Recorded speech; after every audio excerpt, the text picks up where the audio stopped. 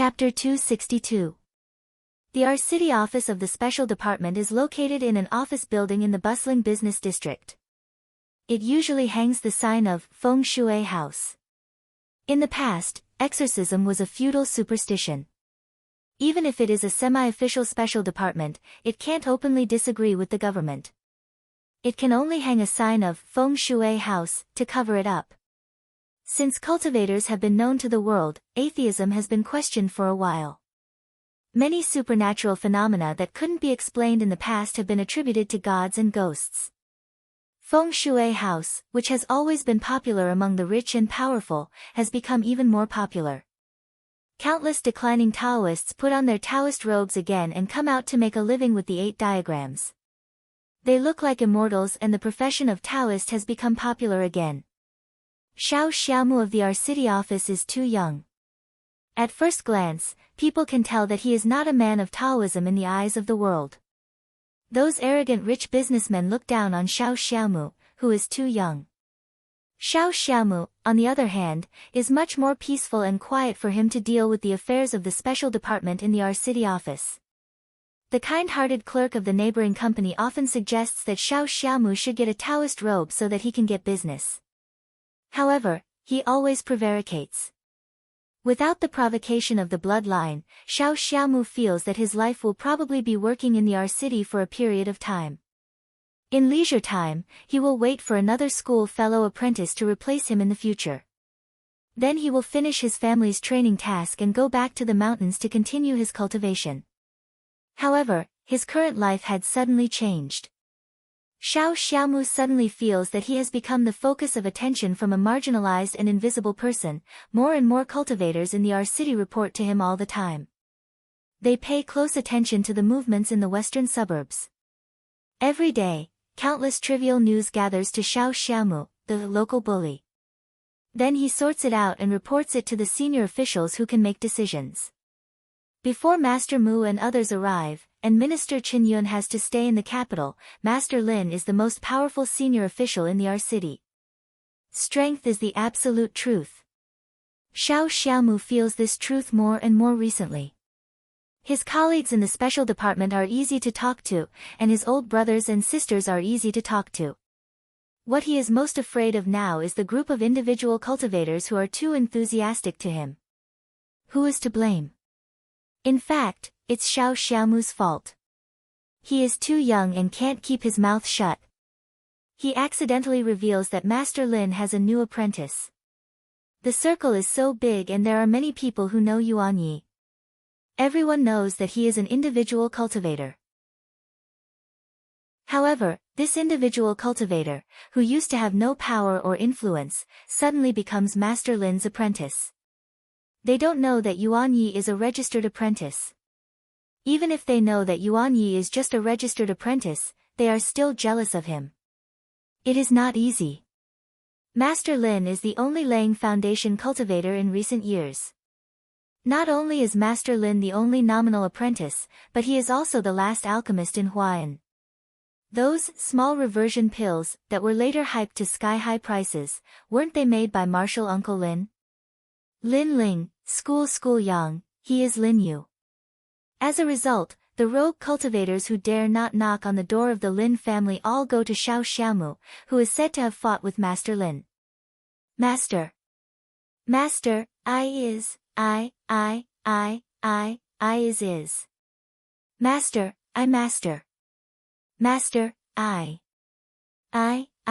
I is.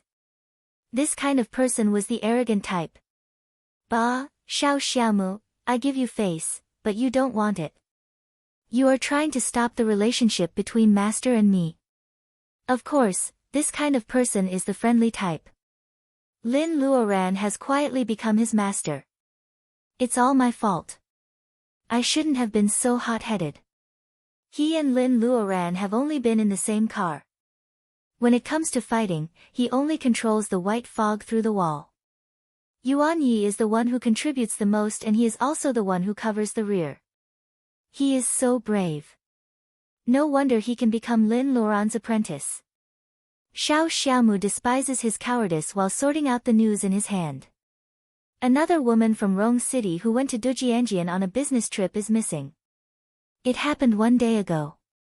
Xiao Xiaomu frowns. Why are they all in Dujianjian?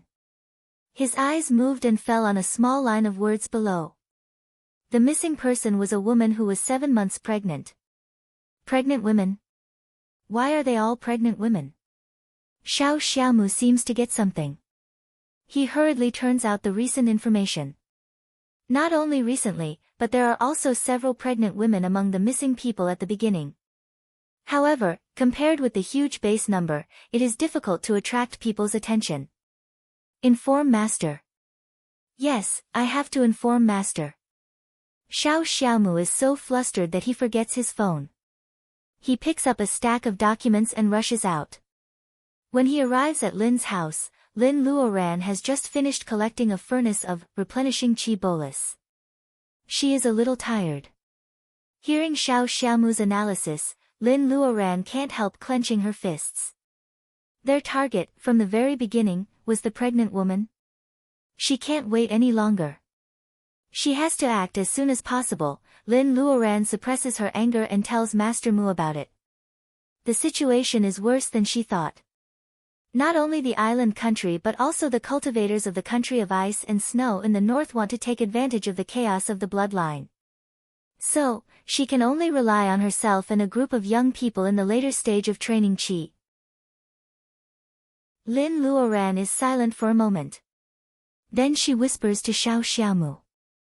Xiao Xiaomu's young face gradually becomes serious. Lu Mei doesn't know how the person in front of the car got out.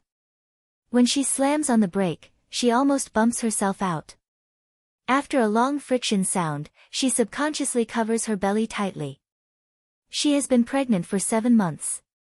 For the first time, she realizes that she is driving alone. She should have asked her colleagues to help her.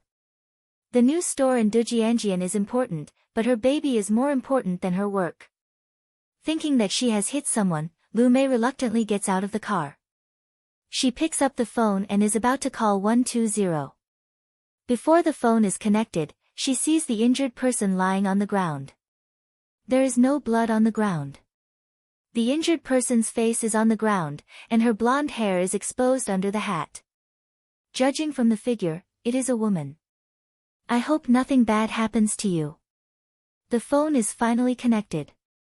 Before Lu Mei reports the specific location, the woman lying on the ground suddenly moves. Lu Mei hurries forward and asks, "Are you okay? Are you conscious? Can you talk?" Lu Mei squats down with difficulty and pushes aside the blonde hair covering the woman's face. She sees a pair of royal blue eyes blinking at her twice, and then Lu Mei passes out. Half asleep, Lu Mei feels that she is carried into the car. The car keeps driving. She tries to open her eyes halfway and sees many foreigners. When she wakes up again, a pair of brown eyes stare at her, which startles her. It is a woman with disheveled hair and stinks. Even Lu Mei, who is pregnant, almost vomits. She feels dizzy. Where is this? Who are you? The woman with disheveled hair doesn't answer her. Seeing that Lu Mei is awake, she turns to stare at Lu Mei's belly. Lu Mei can't help wrapping her hands around her belly. The woman laughs and points to her belly. She suddenly shows a gentle look. Baby, my baby. Lu Mei feels that the woman is mentally abnormal and is afraid that she will hurt herself. She says, "Yes, this is your baby. Can you step aside and let the baby rest for a while?" The woman was very obedient and pushed her away. Just as Lu Mei was about to let out a sigh of relief and look around, the woman suddenly screamed again, "That's not my baby, it's a monster, it's a monster. The monster is eating people, ah." That shrill scream sent chills down people's spines. Just as the woman rushed over, Lu Mei heard a muffled sound, and then the woman who attacked her fell down. It turns out that another pregnant woman saved her. Lu Mei finally finds that this is a huge basement. There are mattresses on the ground. On each mattress, there is a pregnant woman with a protruding belly. Some of them are lying on the mattress in a daze. It seems that they have already given birth. She doesn't know why she suddenly has such a sudden idea. Have they already given birth? Such a basement doesn't meet the requirements of a delivery room at all. Thank you for saving me. She thinks for a while and decides to start with the pregnant woman who saved her. Years of frontline sales work have made her very good at observing people's expressions. This pregnant woman doesn't seem to be in a panic, so she should have come earlier than her. The pregnant woman smiles. You won't be grateful to me soon. Lu Mei doesn't understand this sentence and feels a little embarrassed. But soon, just 2 hours after she woke up, another pregnant woman began to have labor pains. Seeing the woman rolling on the ground in pain and beating her belly, Lu Mei is shocked. Other pregnant women, including the one who saved her before, are all curled up on the mattress in fear. It seems that they don't want to help a dying woman. How can you do this? Shouldn't you help her at this time? Lu Mei is so angry that she struggles to get up. But she is pulled by the pregnant woman beside her. The haggard woman's face is full of tears. Don't go over there. You can't go over there. She gave birth to a monster, a monster. Each of us will give birth to a monster, monster. Lu Mei really wants to ask what are you talking about, but she finds that the words of the haggard pregnant woman seem to open the vent of everyone's emotions. Everyone except Lu Mei begins to cry, and some are giggling. In the chaos, the whole basement is filled with a kind of atmosphere called despair.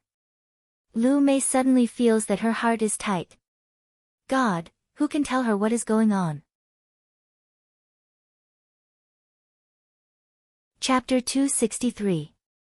The pregnant woman is about to give birth, beating her belly. 2 pale European girls come down the basement stairs. Lu Mei recognizes the pair of sapphire blue eyes. Seeing the pregnant woman beating her belly like crazy, the female vampire sneers and grabs her hand. You humans are just so. How can there be such a mother in the world who wants to kill her unborn baby? She is so strong that red marks appear on the pregnant woman's wrist. She desperately tries to break free, but the pain in her belly makes her weak. Her hair is wet with sweat. Monster, I don't want to give birth to a monster. The other vampire girl with flaxen long hair covers her mouth and laughs. It's not up to you. She is holding a tray with several syringes on it.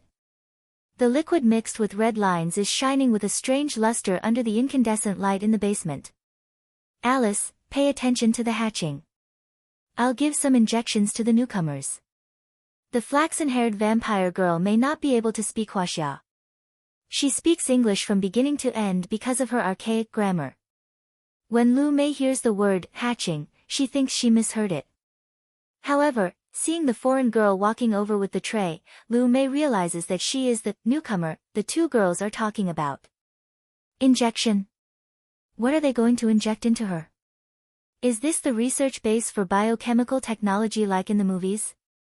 Is that why these women say that the babies they give birth to are all monsters? Lu Mei covers her belly and steps back. She can't let them hurt her baby. However, the basement is so small, and there are many pregnant women living there. Lu Mei steps back, but she has already invaded other people's territory. The pregnant women are shivering. Her arrival only makes them more frightened. The girl with flaxen long hair has skillfully picked up a syringe. Her cold eyes sweep through the crowd and fall on Lu Mei. As soon as she takes a step forward, Lu Mei feels that the sky is falling. At this critical moment, the pregnant woman who has been in pain for half an hour has successfully given birth to a baby. A weak baby cries. The girl with flaxen long hair pauses and turns her head. What's the baby? Lu Mei curls up in the corner and thinks in shock. Shouldn't you ask whether the baby is a boy or a girl? Why do you ask what's the baby? Is the baby really a monster? The sapphire blue-eyed Alice seemed a little disappointed. Come and take a look. The flaxen hair retracts and puts down the tray. Lu Mei feels that she has escaped from death. She can't help but look at the pregnant woman who is giving birth. It is a wrinkled newborn with blood and dirt. Lu Mei sees his head first and breathes a sigh of relief. Although it is wrinkled and thin, it is indeed a normal baby. How can these people say that it is a monster? Another failure. Alice handed the baby to the girl with flaxen hair.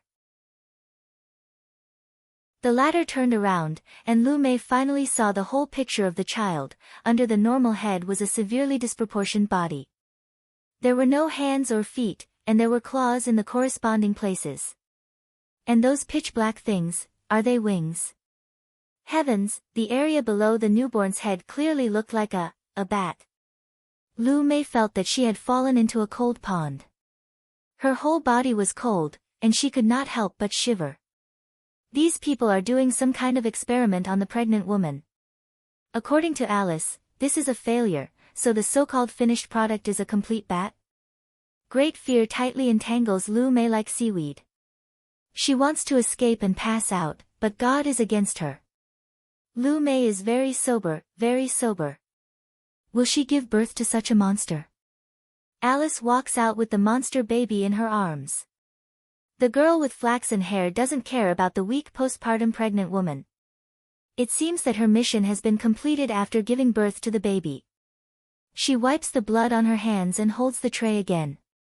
Lu Mei feels that her heart is pounding again. She has already felt the cold light shining on the tip of the needle. The girl with flaxen hair is approaching her. Who can help me? Honey, come and help me. Lu Mei, who is always cheerful, can't help crying. Her wrist is caught. Lu Mei struggles desperately in horror. The door of the basement suddenly opens again. Wait! It is Alice. She is back. At this moment, Lu Mei even wants to thank her. The monster baby in Alice's hands is gone. She runs in a panic. Seeing that the girl with flaxen hair hasn't injected it yet, she is relieved. Miss Crystal said that this batch of injections must be refined again. Don't inject the newcomers for the time being. Dodged a bullet? Lu Mei is stunned. She watches the girl with flaxen hair walk out with the tray. When the door of the basement is closed again, Lu Mei can finally relax for a while. The basement is a mess. Lu Mei is soaked. It is late autumn. She will catch a cold wearing wet clothes. Lu Mei wants to get some fresh air. She moves to the wall. It is a vent close to the ground. Lu Mei suddenly feels water splashing on her face. Is it raining? She hears the pitter-patter of the rain. Would this be the last rain before winter? Lu Mei sticks her face to the wall. These foreigners seem to be well organized. She doesn't know which wilderness she is in. Will anyone come to save her? The rain is pitter-patter. It is the quiet Tianfu Square in the dead of night. It is almost dawn, which is the time when people are sleepy. Only taxis pass by the square and look at the group of people in the rain curiously. Are they the expansion training of some company? Of course, they didn't expect that these people were the cultivators, who were extremely mysterious to ordinary people and rarely seen, to appear here in a group. The raindrops gather in the low-lying areas and wash the ground of the square. However, Xiao Xiaomu doesn't feel cold at all. There are many small porcelain bottles on the tray in his hand. Master Lin said that she will distribute them to everyone. Hundreds of cultivators in the level of training Qi in the square are staring at him. Then they look at Lin, who is standing in the front. She is shining with a dim light, blocking the rain within 3 feet of her. There are 3 replenishment boluses in each bottle. It should be enough for today. Is Master Lin going to distribute boluses? Many people are overjoyed. They have been taught to kill the aliens since they were young, so they don't think it is wrong. Lin Luoran is going to distribute boluses to them. Isn't that a surprise? Master Lin's products are all good. Lin Luoran glances at the crowd. She and Wen Guanjing are the most powerful ones here. The rest of them are dealing with the unaffiliated vampires. The rain has lasted for a whole day. It is said that the vampires love tidiness and don't like muddy rainy nights. Lin Luoran believes that most of the vampires are in the textile school at this time. She had to settle this matter before the next night arrived. She didn't expect that Wen Guanjing would come out so soon. He has completed the level of training Chi again and can go to the textile school with her tonight. However, what Lin Luoran doesn't expect is, the abandoned disciple of the Qingqing Taoist temple whom she hasn't seen for a long time. Now he is an unaffiliated cultivator. Lin Luoran can't find an excuse to stop him from joining them. There are many familiar faces in the crowd. They are her teammates who went to the secret land with her. Chu Yi is one of them. Li Shi also has a bad opinion of him. Chu Yi seems to feel guilty about it. In fact, Chu Yi just didn't make it to the end. Lin Luoran doesn't have the right to blame him. You and Chu Yi will split into 2 teams. Each team will bring 5 cultivators in the early stage of training Qi. Find the places where the vampires are active and kill them. Yes. Yes. The 2 of them say at the same time. They choose cultivators in the early stage of training Qi that they are familiar with. Those in the middle stage of training Qi take 3 steps forward.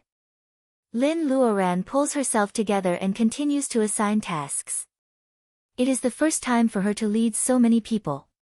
It is a lie to say that she is not nervous. However, she has the highest level of cultivation here. If she is not confident, these people will lose their minds like headless flies. Among the hundreds of people, only about 20 are in the middle stage of training Qi. Lin Luoran looks at Wen Guanjing and the latter nods to her. Lin Luoran is more confident in her assignment. She says loudly, 20 people in the middle stage of training Qi, follow us. The rest of the cultivators in the early stage of training Qi will be divided into groups of 3. No matter what happens, they must help each other. Leave 30 people outside the wall. If anyone escapes, kill them as long as they are vampires. Lin Luoran's arrangement is reasonable and no one has any objection. Lu Zheng touches his nose and smiles bitterly. His level of cultivation is still too low. This time, he is either waiting for a hare or he is in the same group as others. He is still far from being able to fight side by side with Lin Luoran. From this point of view, he is really jealous of the cultivator named Wen Guanjing. Xiao Xiaomu asks boldly, Master, shall we go now? Lin Luoran smiles, of course, we have to eat first. As your master, I can't be stingy with you. The door of a bus beside the square is opened. Fatty Cui, who is so fat that he can't even walk, squeezes out of the bus and shouts behind him, hurry up, girls. His wretched voice makes most of the young people in the mountains who only know how to cultivate themselves. God, is Master Lin going to give them, girls? That is so evil. Everyone looked in the direction of the carriages. Sure enough, it was a group of young and beautiful women. Of course, it was not what they had imagined.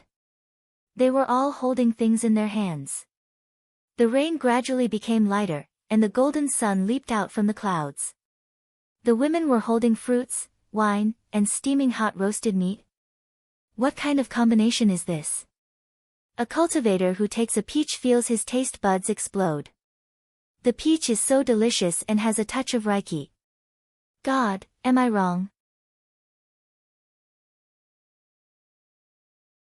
Chapter 264. It's 8 or 9 o'clock in the morning, and the sun is still warm and orange. If it were in late autumn, people would feel itchy and cold. However, for the bloodline, the time for revelry is over. They are creatures of the night. The sunlight will burn the skin of low-rank bloodline and they hate daytime. The sun at 8 or 9 o'clock is powerful. Most of the bloodline are sleeping in their coffins. The entire textile college is ruined and grey again. What is different is that the western suburb, which is supposed to be bustling in the daytime, is as quiet as the textile college. In order to avoid hurting the innocent, ordinary people have been temporarily relocated overnight. The reason given by the government is not that cultivators want to exterminate the bloodline, but that there may be biochemical weapons in the textile college. The people who have been poisoned by the biochemical movies have been moved away obediently. If it's a bomb, they will watch it. If it's a poisonous gas, who knows if it's a disaster? The military vehicle that Lin Luoran and her group take is spacious and efficient. All the people have been evacuated and the snipers are in position. If you don't send a signal, even a fly will be shot into pieces. Lu Sanchun takes the initiative to greet Lin and whispers in her ear. Lin Luoran nods, "Thank you, Lieutenant Colonel Lu." Lu Sanchun salutes. This action of Lin Luoran and Lin Luoran is semi-official. The elites of the army surround the textile school tightly. This is the last line of defense. They would rather waste some manpower than allow anyone to escape. Lin Luoran doesn't think this action is covert, especially when people are evacuated. The bloodline should have noticed it, they didn't do anything. Is it a huge trap? Lin Luoran raises her eyes and looks at the tallest building of the textile college. Crystal, the bat, and Riddick, who she can't see through, should be in that building. Without hesitation, she says, "Move." 3 cultivators in the early stage of training Chi form a line of defense within the line of defense of the snipers. Crystal stands on the top of the building and looks down at the wall of the textile college. She has already seen Lin Luoran standing on the military vehicle. Roddick pouted. "Little sister, what are you doing? We can totally evacuate." In fact, he agrees with Crystal's plan to revitalize the bloodline. However, he can't understand why Crystal is so high profile. Why did she provoke this female cultivator in the first place? There is a saying in Huaxia, you can only make a fortune by keeping quiet. If they had chosen a valley or an underground place to do the experiment, they could have made a big splash when they succeeded. Wouldn't that be the best of both worlds? That was Roddick's only complaint. Crystal comforts him with a smile, "Dear brother, are you worried about those descendants? If they all die in the hands of the Eastern cultivators, they're just a bunch of trash. Don't worry, we'll have better substitutes to act as descendants." Her slender and pale fingers point at the densely packed human heads outside the wall. The East is really a magical country. These cultivators, who are called cultivators, and try in vain to become immortals, have become her wedding dress. Roddick is just a young man, but he has lived for almost 500 years. The brother and sister have been together for hundreds of years, so they know each other very well. Roddick immediately realizes that the substitute descendants Crystal is talking about are the Eastern cultivators outside the wall. "You're crazy. You must be crazy. You're bringing disaster to the bloodline. You know that these Huaxia people have always been called the descendants of gods." Roddick has always known that Crystal is rebellious and bold, but he never expected that she would try to fight against the Huaxia cultivators and turn them into vampires. This is forbidden by the bloodline. How dare she? Crystal shows a faint smile, "Descendants of gods. Even if there is a god in the world, it's not the god of our bloodline." She lowers her eyes and murmurs, "I've prepared for years for today. I'm sure I'll succeed." She suddenly raises her head and smiles at the bats on the windowsill, "We will succeed, won't we? By then, I'll have a group of descendants with the most potential. Who can stop me in the East where there is no Vatican? You have a group of vampire bats. You can go anywhere in the world." The bat stares at her coldly. There seems to be a smile in its small eyes, which are usually expressionless. It has been dreaming for a long time to let the vampire bats come back to the world after leaving the secret land. That man is gone. Just like no one can stop the bloodline from spreading in the East, no one can stop the vampire bats from coming back to the godly land. As for the human race, it has hated them for a long time. 10,000 years of suppression has not worn away its hostility. Instead, it hates them more and more. Then, it will give them to the inferior bloodline. Although they are only half monsters, they are much more pleasing to the eye than the human race. Crystal suddenly raises her voice, "Alice." Alice, who has sapphire blue eyes, pushes the door open and says, "Miss Crystal, I have to tell you a piece of good news. Recently, a pregnant woman gave birth to a baby. Although only the lower part of the baby is a bat, it already has the ability to suck blood." Crystal smiles. Her chestnut eyes are watery and her wavy hair is blown by the morning wind. She is really a European beauty. Junior brother Wen, our mission is to kill the 2 leaders of the Blood Clan. Lin Luoran never knew that she would be so warlike in the name of righteousness. Every cell in her body is screaming that she needs to fight and she is not afraid of fighting. When Guanjing holds the big sword in his hand and nods solemnly. As the captain of the special department, it is not the first time for him to fight against the bloodline. Therefore, he is calm. Lin Luoran tilts her head and says, "Young Masterin, can you give us some teleport figures and some petrification figures?" If this is Lin Luoran's personal business, she will ignore and no matter how capable he is. However, in order to be fair, she has to make good use of N's strength. And has put all kinds of figures in his sleeves. He even has a few bamboo figures that Huizhu once gave him to save his life. After what happened in the Dragon Palace, and doesn't know how to face Lin Luoran anymore. When they meet again, he can only keep silent. Lin Luoran looks to the left. She has a headache. Huang Weijian said that his magic weapon can restrain the bat and he insists on following them. It is extremely dangerous for a cultivator at the early stage of training Qi to face the bat. Huang, before Lin Luoran can say anything, the boy clenches his fists and says, "I will protect myself and stay far away from them.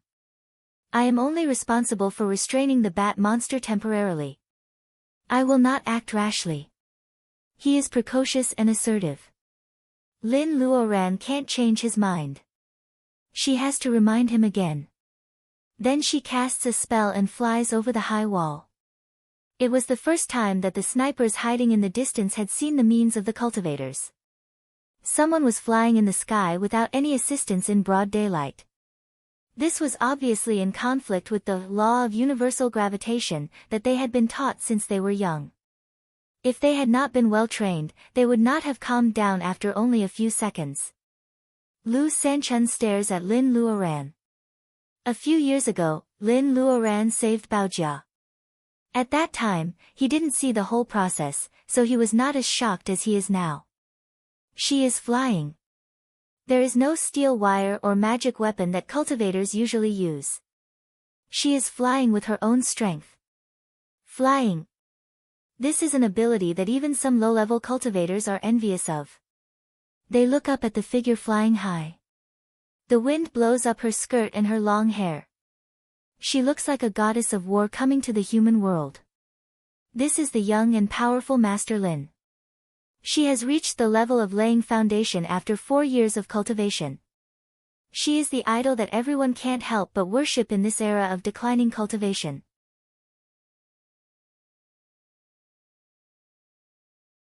Chapter 265. The morning wind stops. The western suburb has always been windy. The cyclones that people love and hate stop when they come to the building. Maybe it is due to the low air pressure or it is a coincidence. And throws several figures in his hands. They are fast wind figures, which are 1 level higher than teleport figures. Huang Weijian feels like he is floating. While he is feeling curious, and puts a bamboo figure in his hand. It is a warm bamboo piece. And says in a low voice, "Crush it when you are in danger." Some of the old buildings had already been set ablaze. The cultivators who were wiping out the small blood clan had already begun. Only fire can burn the dark side of the world. The bloodline is screaming. Sound waves are coming from all directions. When the sound waves gather around Lin, Huang Weijian is the only one who feels uncomfortable. The teenager frowns and writes 2 7-character poems. An invisible shield forms around him and the sound waves are blocked. The battle in the textile school is fierce. However, Crystal and her sister are very calm. They still don't want to show up. Lin Luoran doesn't want to play tricks on them. She draws the bright sword in her hand and the blue light of the sword becomes stronger. Lin Luoran doesn't care about her moves at all. Ordinary steel and cement can never withstand the attack of a grade 5 flying sword. The whole building collapses in front of everyone. This scene boosts the morale of the cultivators who are fighting. Even the bloodline feels scared. They are just low-level bloodline with different talents. However, none of them can destroy a building so easily.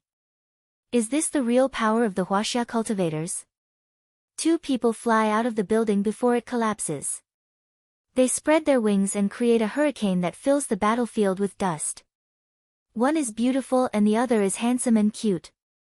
They both have the same high noses and deep eyes. Their hair color is lighter than chestnut. They look similar. Who else can they be but Crystal and Riddick? Ruining someone else's house isn't something a true lady should do. Roddick didn't know how he could still laugh, but he spoke with a hint of indifference. Lin Luoran holds the sword horizontally. Sorry, the last 3 generations of my family were farmers. Lin explains to Riddick. However, the place where the sword light is rushing to is where Crystal is floating. The bright sword is covered with white light. Lin doesn't see the little bat. She feels uneasy. She has to kill the brother and sister as soon as possible. Crystal's impression of Lin Luoran seems to be the same as a few years ago. At that time, Lin Luoran was still in the later stage of training Qi. Lin Luoran's attack was strong, but she still had a chance of winning. Crystal knows the levels of cultivators in Huaxia, but she has never fought with a cultivator in the level of laying foundation. It seems that there is only a small gap between training Qi and laying foundation. In fact, cultivators in the level of training Qi can only use Reiki, while cultivators in the level of laying foundation have Wakan inside their bodies. Their strength has changed. Even though they are both using grade 5 flying swords, the power of Lin Luoran's attack has changed dramatically. Due to her carelessness, Crystal almost suffered a great loss. She dodged the sword awkwardly. Riddick wants to help, but when Guanjing, who has completed the level of training Qi, is enough for him to deal with. And is standing next to Huang Weijian. He doesn't go to help. His figure paper must be used in unexpected situations. With someone standing beside them, the teenager feels less nervous. The bat he saw last time doesn't show up, nor does the bald pen. Where is it? After calming down, Crystal's killing intent is even more intense. She has lived for hundreds of years. In recent years, many people have been killed by her, not to mention ordinary people, even members of the bloodline have died in her hands. Crystal is much more experienced than Lin Luoran. The two of them are evenly matched for a while. What makes Crystal angry is that speed has always been the advantage of the bloodline. When they move to the extreme, they can even leave a shadow. No matter how Crystal moves, Lin Luoran's flying sword seems to know where she will appear in advance. The sword is ready, waiting for her to show up, and the blue light will fall. What confuses Lin Luoran more is that Huaxia cultivators are known for their weak physical bodies. Huaxia cultivators are famous for their long-range attacks. Lin Luoran's strange spells have indeed troubled many foreign cultivators. However, why is Lin Luoran's speed not much slower than hers? While moving, Crystal doesn't leave a shadow, but she can catch up with Crystal in an instant. Huaxia cultivators have thousands of spells. Of course, Crystal doesn't know that this is the added value of the high-level, fast-wind figure. It is even easier for Crystal to predict where she will appear. Lin Luoran focuses half of her spiritual mind on Crystal. As long as Crystal's teleportation range is within the range of Lin Luoran's spiritual mind, Crystal won't be able to escape. The spiritual mind of a cultivator in the level of laying foundation can extend to several kilometers. Compared to the momentary entanglement over here, the 3-man team led by a mid-stage Qi condensation cultivator was able to make those low-level blood tribe members who had just entered Dreamland suffer under the circumstances of proper offense and defense. In fact, it was more appropriate to describe it as a one-sided victory. The triangle was a very stable structure. As soon as a member of the blood clan was left alone, he would be surrounded by a 3-man team. The cultivator in the middle stage of Qi condensation was responsible for attacking. If the blood clan was slightly unable to withstand it, the 3-man team would beat him up. This kind of method was naturally not open and aboveboard if it was used in a martial arts competition. However, on a battlefield where it was either you die or I die, not only was the attack effective, but the companions could also help each other and greatly reduce the casualties of the huaxia cultivators. They haven't experienced this kind of pleasure for a long time. In fact, in similar situations in the past, some people have come up with a way to form a team with the 5 elements complementing each other.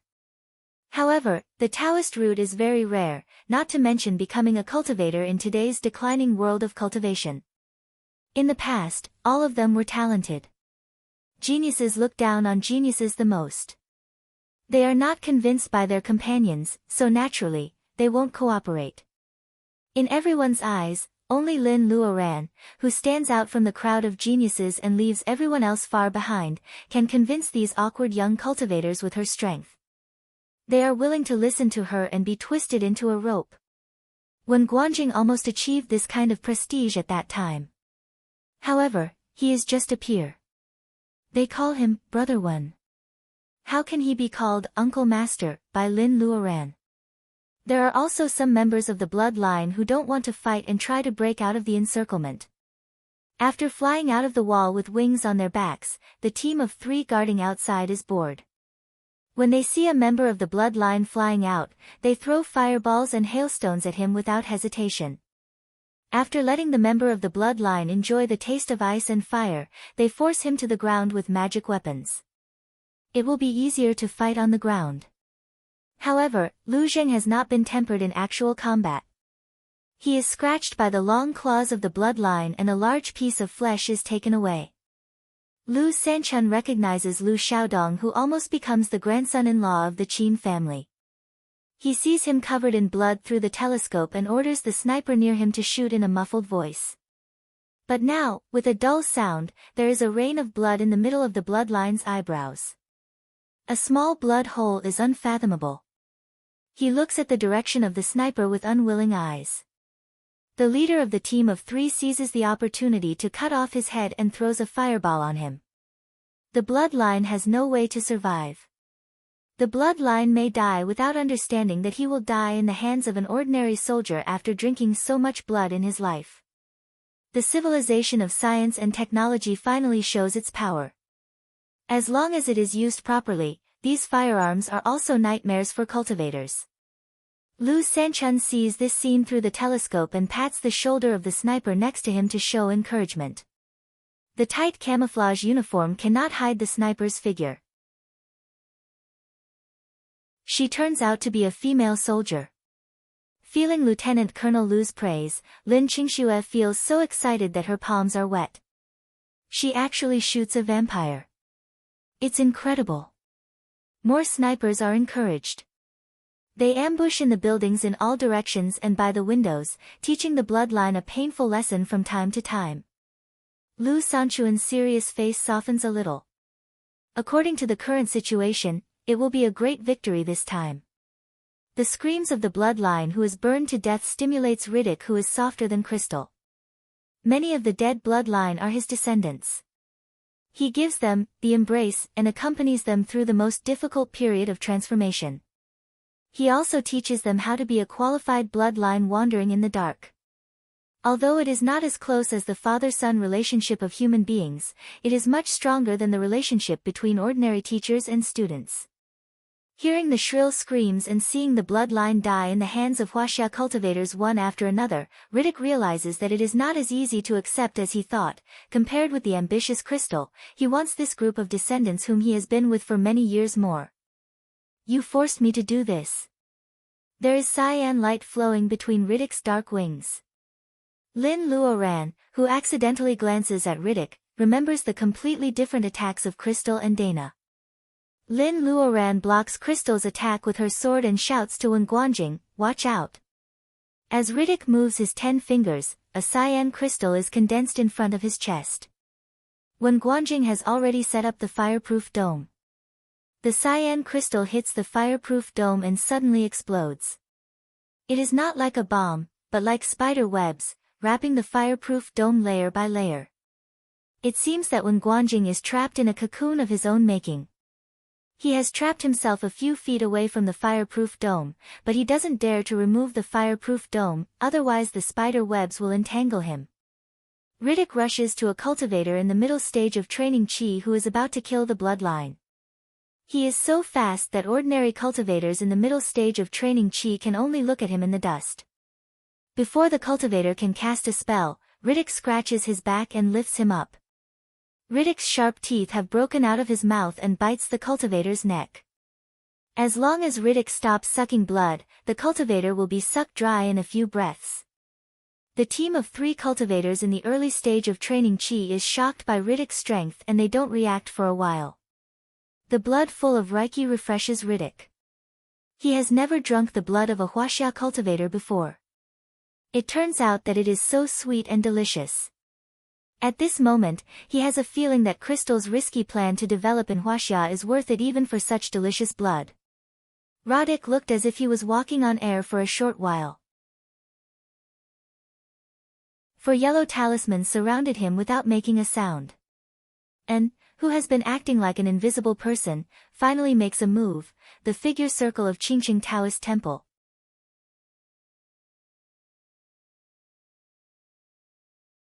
Chapter 266. Even Lin Luoran doesn't expect that An, who is only in the middle stage of training Qi, has mastered an offensive figure circle. Lin Luoran has seen Huizhu and An use figure circles.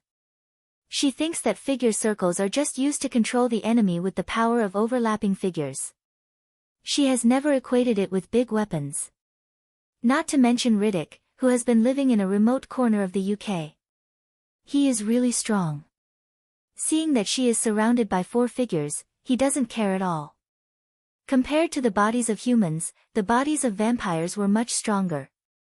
Riddick had never thought that he would be injured by an electric bolt as thick as a pinky finger. Shaoan controlled the rune array and accurately avoided the cultivator who was caught by Riddick. The electric bolt hit Riddick's cheek close to his fangs. With the burning pain, Riddick even suspects that his teeth have lost their strength. Not only that, the electric light is spreading all over his body. He is so weak that he can't catch the cultivator in the middle stage of training Qi anymore. The cultivator, who has lost too much blood, falls to the ground with only 1 breath left. What are you waiting for? After the figure circle, An adds another petrifying figure and shouts at the 3 cultivators who are dumbfounded. The 3 of them, who lacked actual combat experience, suddenly realized what was going on. In a flurry, they dragged their dying senior brother back. Their eyes were red, and they threw all kinds of spells at Riddick, most of which were fireballs. The range of the rune circle was limited, so Riddick had lost his speed, which was his greatest advantage. Coupled with the petrification spell from Shaoan, his black wings were getting heavier and heavier. For a moment, he was forced into a dangerous situation by these young cultivators. The cold-blooded Crystal has feelings for her brother. Seeing that he is in danger, she flaps her wings and gets out of Lin Luoran's attack range. She doesn't save Riddick first. A bloody light forms between her fingers. Lin Luoran's pupils shrink. She is familiar with this move. It is the blood punishment that Crystal used in the Bat Cave. The power of blood condenses into a knight's long sword. The red light cuts at An. Of course, An won't stay there and wait for Crystal to kill him. He has been using the fast wind figure on himself. However, if he runs away, the figure circle will not be able to trap Riddick, who is very powerful. Is the situation that Lin Luoran has worked so hard to win? Is it going to be destroyed by Crystal's attack? Lin Luoran feels that she can't let this happen. The moment Crystal turns around and flies away, she has already pulled the bow and arrow. An, who was a little flustered by Crystal's momentum, surprisingly calms down. A fiery arrow is put on the bowstring. This scene can't be more familiar. In the Hall of Nothingness, Lin Luoran's powerful arrow even pierced through Xin Yuanping's black lotus petals and made her vomit blood. When An barely avoids Crystal's blood punishment, he has a strange thought. As expected, being Master Lin's teammate is more reassuring than being her enemy.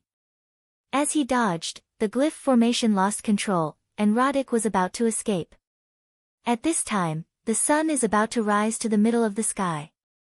It is only a few minutes away from noon. When the arrow leaves her hand, Lin Luoran feels that this arrow is no less powerful than the arrow formed by the strange fire in the Dragon Palace. Lin Luoran can't help but look up at the sun above her head. Is it because the environment here is completely different from that of the Dragon Palace? Or is it because of the coincidence that the arrow of light is acting strangely? Is the power drawn by the spell the most amazing power of the arrow of light, the power of the sun? The arrow is an inanimate object, so it can't answer Lin Luoran's question. It comes at Crystal with unparalleled power. Sensing the danger, the bloodline girl turns around. She can't fight against it, so she has to dodge. If it can be dodged so easily, it doesn't deserve to be called arrow of light. The speed of light is faster than the speed of sound.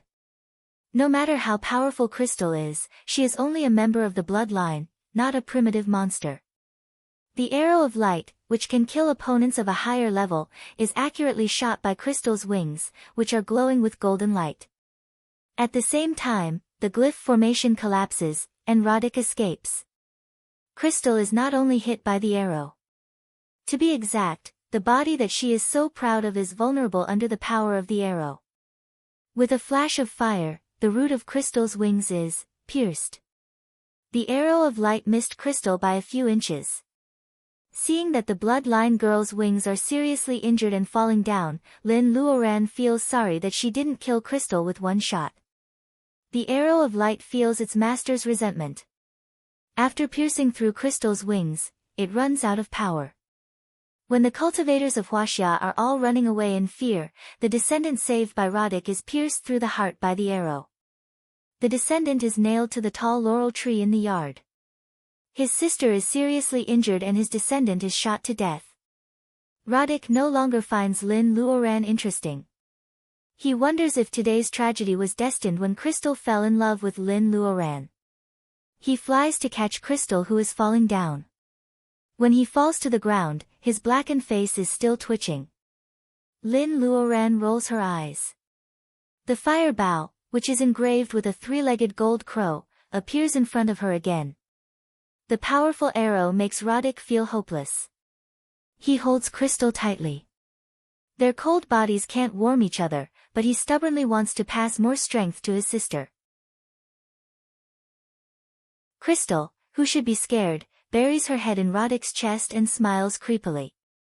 When Guanjing finally finds a way to deal with the spider silk. After the dazzling fire, he is released from the world and comes to Lin Luoran quickly. The fatal arrow in Roddick's imagination doesn't fall. He looks up and finds that Lin Luoran is aiming at the laurel tree behind them instead of the siblings. Lin Luoran is sweating. When Guanjing and An are confused. Huang Weijian, who has been vigilant, is also staring at the laurel tree. The body of the bloodline is still under the tree. Nothing seems to be wrong. However, the bald pen in Huang Weijian's hand is shaking uncontrollably. Fear, joy, excitement, such complicated emotions are passed to Huang Weijian by the bald pen. He knows that the bat monster has shown up. Venerable, are you still not coming out? Lin Luoran is very nervous, but she is also confident. No matter how powerful the bat is, it can't be the real one in the black fog on the magnetic mountain. If it is the bat, she would have been swallowed by the monster a long time ago. Lin Luoran is very nervous. Lin Luoran can't forget the feeling when the black fog looked at her bead. Lin Luoran feels that it knows the bead. In her eyes, anyone who knows about the bead, no matter human or monster, will covet it. Lin Luoran can't imagine who made such a powerful spirit treasure. Is it a real god? Lin Luoran is so nervous that her palms are sweating. The bow and arrow are not real, but her palms are wet. Lin Luoran is so focused. If that arrow had really drawn the power of the sun, would it have been able to kill the bat with that kind of power? Lin Luoran tells herself that her arms are steady. Most of the low-rank bloodline have been killed by the united Huaxia cultivators. The whole yard is scarlet, mostly the blood of the bloodline. The Huaxia cultivators have finished the battle. Feeling the solemn atmosphere, they stay away from the laurel tree. However, they don't give up on surrounding the two high-level bloodline on the ground. With a burst of laughter, a pointy face appears on the trunk of the laurel tree. It is the vampire bat. How have you been, humble chi trainer? A bat spoke. All the cultivators retreated. Compared to the half-demons of the blood clan, this bat that could speak was the real demon, right? However, no one knows that it is not an ordinary bat monster, but a powerful monster that dominated the primitive land tens of thousands of years ago. Lin Luoran is not in the mood to catch up with it. When the bat monster appears, she shoots the arrow of light at the half-meter-long vampire bat. Compared to Riddick's despair, Lin Luoran sees the disdain on the bat's human-like face. This female chi trainer has forgotten her past again. It seems that she has to make a deeper impression on her this time. The wings of the blood bat suddenly extended, and the entire textile school was instantly covered by a black curtain, losing all light.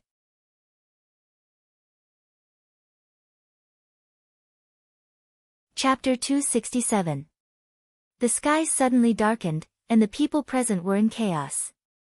This was especially so when the fiery red arrow, which was originally flowing with brilliance, suddenly dimmed and fell before it could reach its destination. This caused the cultivators on the other side to panic. The bloodline who is not completely dead makes the last blow. There are some screams in the dark, and the Huaxia cultivators are even more panicked. Someone thinks of the fireball spell in panic and casts it in a hurry. However, when he sees someone seriously injured on the ground, the fireball spell, which usually consumes little Reiki, becomes the size of a bean oil lamp and then goes out. Could it be that fire was not allowed to exist here? Cultivators have always thought that the spells of the five elements are omnipotent, but they have never encountered such a situation.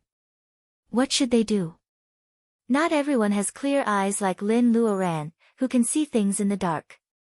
In the dark, cultivators breathe heavily and stay close to each other to reduce casualties. In the midst of the panic, a glimmer of light suddenly shines in a direction, illuminating the huge yard. Everyone looks in that direction. It is Lin Luoran holding a flower that they don't recognize.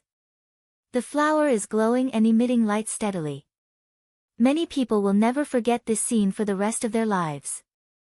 Master Lin is holding a huge glowing flower in her hand. Her side profile is illuminated by the flower. She looks calm, which comforts their panicked hearts. Because of the space, Lin Luoran is simply a scavenger. The luminous plants she collected in the Kalahari Desert come in handy at this time. With the light, some people try to tear the black cloth over everyone's head. They launch tentative attacks, but all of them are like stones sinking into the sea. After a slash, Lin Luoran doesn't want to waste Reiki. She also stops attacking and temporarily turns her attention to stabilizing the cultivators. She remembers that there are some luminous pearls. Forget it. She just picks up the luminous plants and doesn't want to show off. People move closer to her. In fact, after a moment of panic, they remember that even if they can't allow fire to exist, the light of the magic weapons they use after injecting Reiki into them is not necessarily the same as that of fire. The two siblings, as well as the bat demon, had all disappeared after the dim light shone. Cultivators take out their magic weapons and try to make the yard brighter. Lin Luoran thinks for a while and picks a few luminous flowers from her space and distributes them. No matter how good one's methods were, spiritual energy couldn't be wasted like this. Senior Sister Lin, now.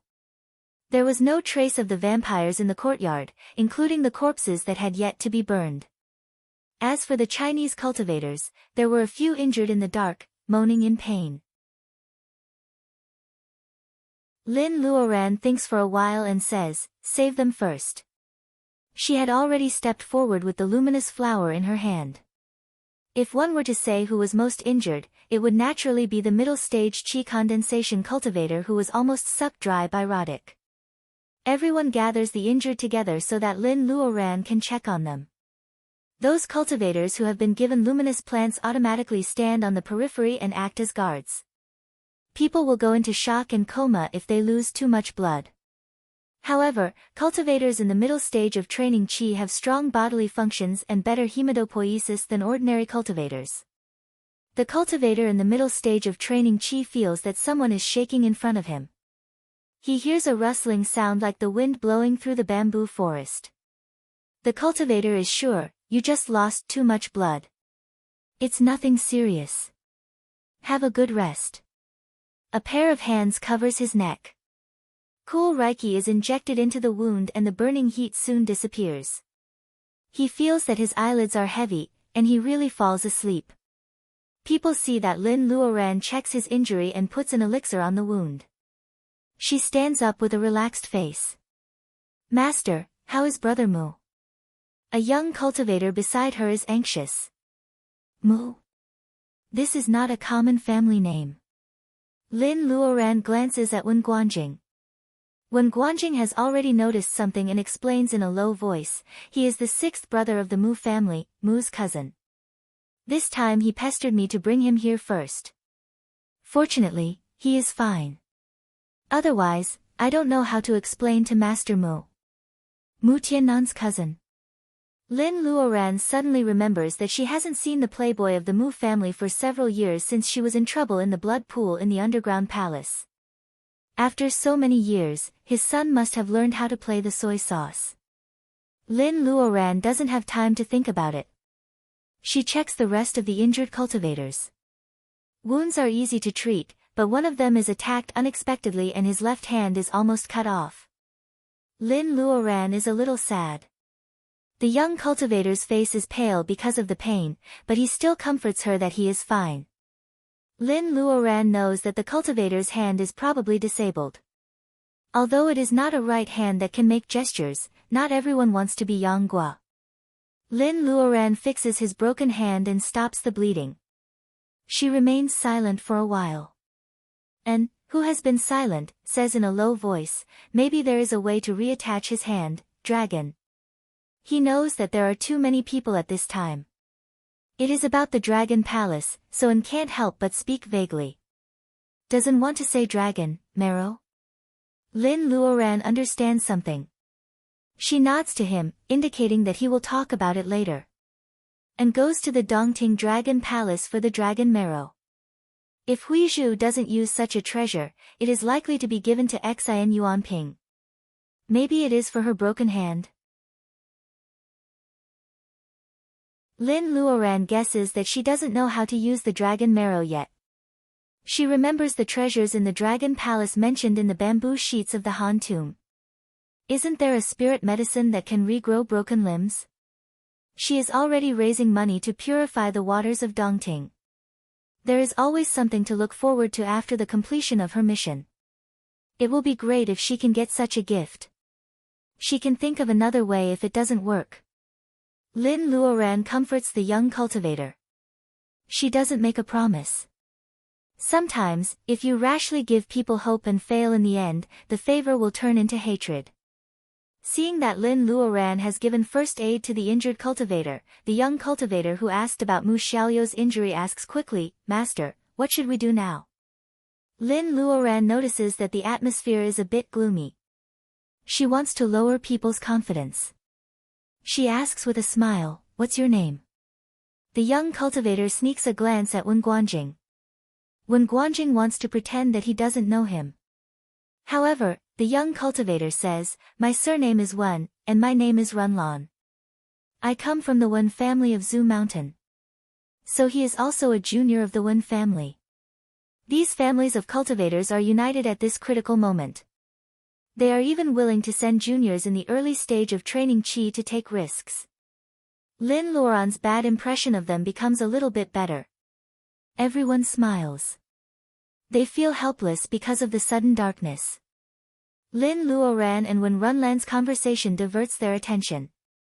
After a while, Wen Runlan realizes that Lin Luoran is coaxing him like a child.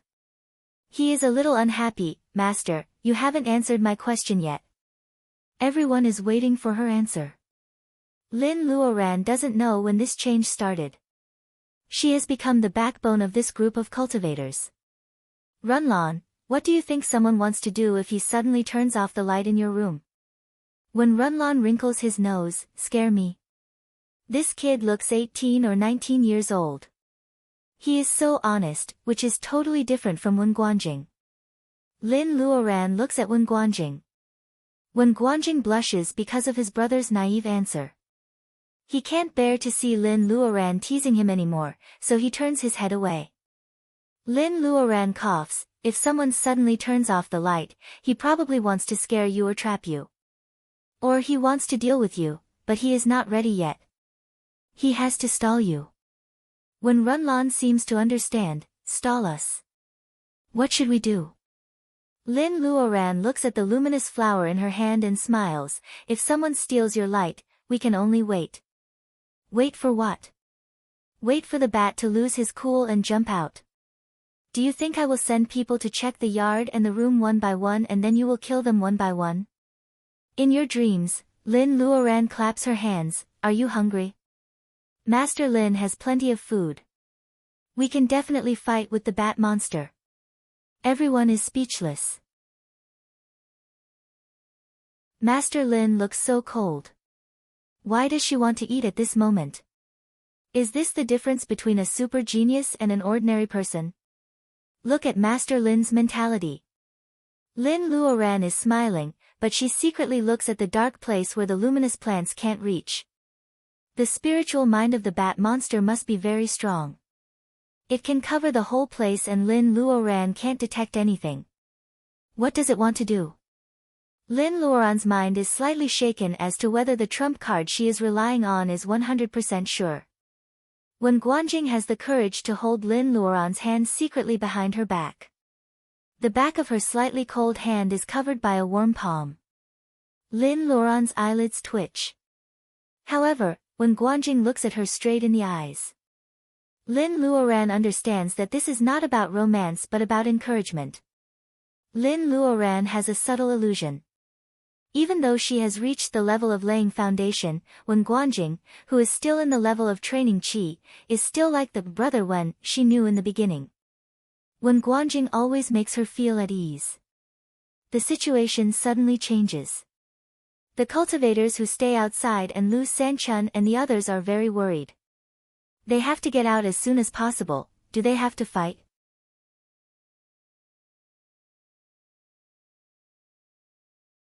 Chapter 268.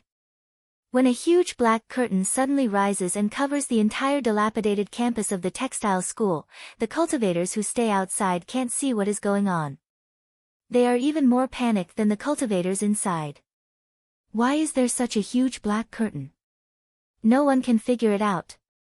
Such a big move is beyond their understanding. Outside the wall is shrouded in white fog, which forces people to step back and expand the encirclement. Lu Zheng is more worried than others when he thinks that Lin Luoran is trapped in the black curtain and doesn't know how dangerous it is. He tries to shoot a few shots, but they are all absorbed by the black curtain. There are no scratches on the black curtain. The sniper rifle that can blow the head of the bloodline bounces back when it hits the black curtain. Lu Sanchun reports to his superiors and considers using heavy weapons. Of course, this is beyond the bottom line of some senior officials. Colonel Lu can be beaten back just by saying that it is too disturbing. Commander Qin says in a low voice, "Let's wait." Lu Sanchun feels that he is gradually calming down. He should trust Lin Luoran. Let's wait a little longer. Lu Zheng looks at the bullet shells on the ground and thinks, what if firearms and cultivation can be combined? Will the attack be more powerful? This idea is a bit whimsical. Lu Zheng picks up the bullet shells and puts them in his sleeve. However, he accidentally touches the wound on the back of his hand. He has to tear off a corner of his Taoist robe to wrap the back of his hand.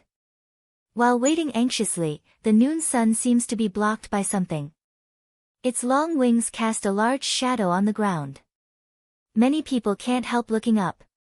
In the looming clouds, Goldie is hovering silently with its wings wide open. It is much bigger than before. If you look carefully, you will find that Goldie is not only bigger, but also has a cockscomb on its head. It looks like a vivid, small crown. Goldie is more vigorous, has pure golden feathers, and has sharp claws. Goldie is so eye-catching that the cultivators on the spot won't call it the mysterious hawk of the state of Huaxia, like ordinary people do. They all know that Goldie is a spirit bird raised by Master Lin. Is it your backup plan? Lu Jin murmurs. He doesn't know what Lin Luoran is thinking now. Those who were trapped in the textile school were in a better situation than those who stayed outside. They are all talking to Lin Luoran. Some of them even ask her questions about her cultivation. At first, Lin Luoran answers all their questions, but later, she is in a cold sweat. She doesn't have much knowledge. Unlike the cultivators who have a master to guide them, there are some questions that she can't figure out herself. Look at what Wen Runlan was asking. Setting up a formation. Come on, your Uncle Master Lin isn't the Horizon treasure chest.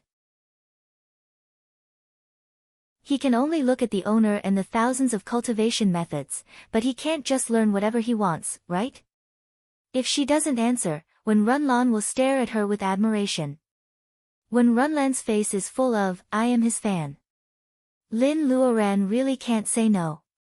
Fortunately, at this moment, a sharp scream comes and attracts everyone's attention. The bat monster finally can't bear to see people being so relaxed. Here it comes. Lin Luoran doesn't know whether to thank the timing or not. She looks in the direction of the scream.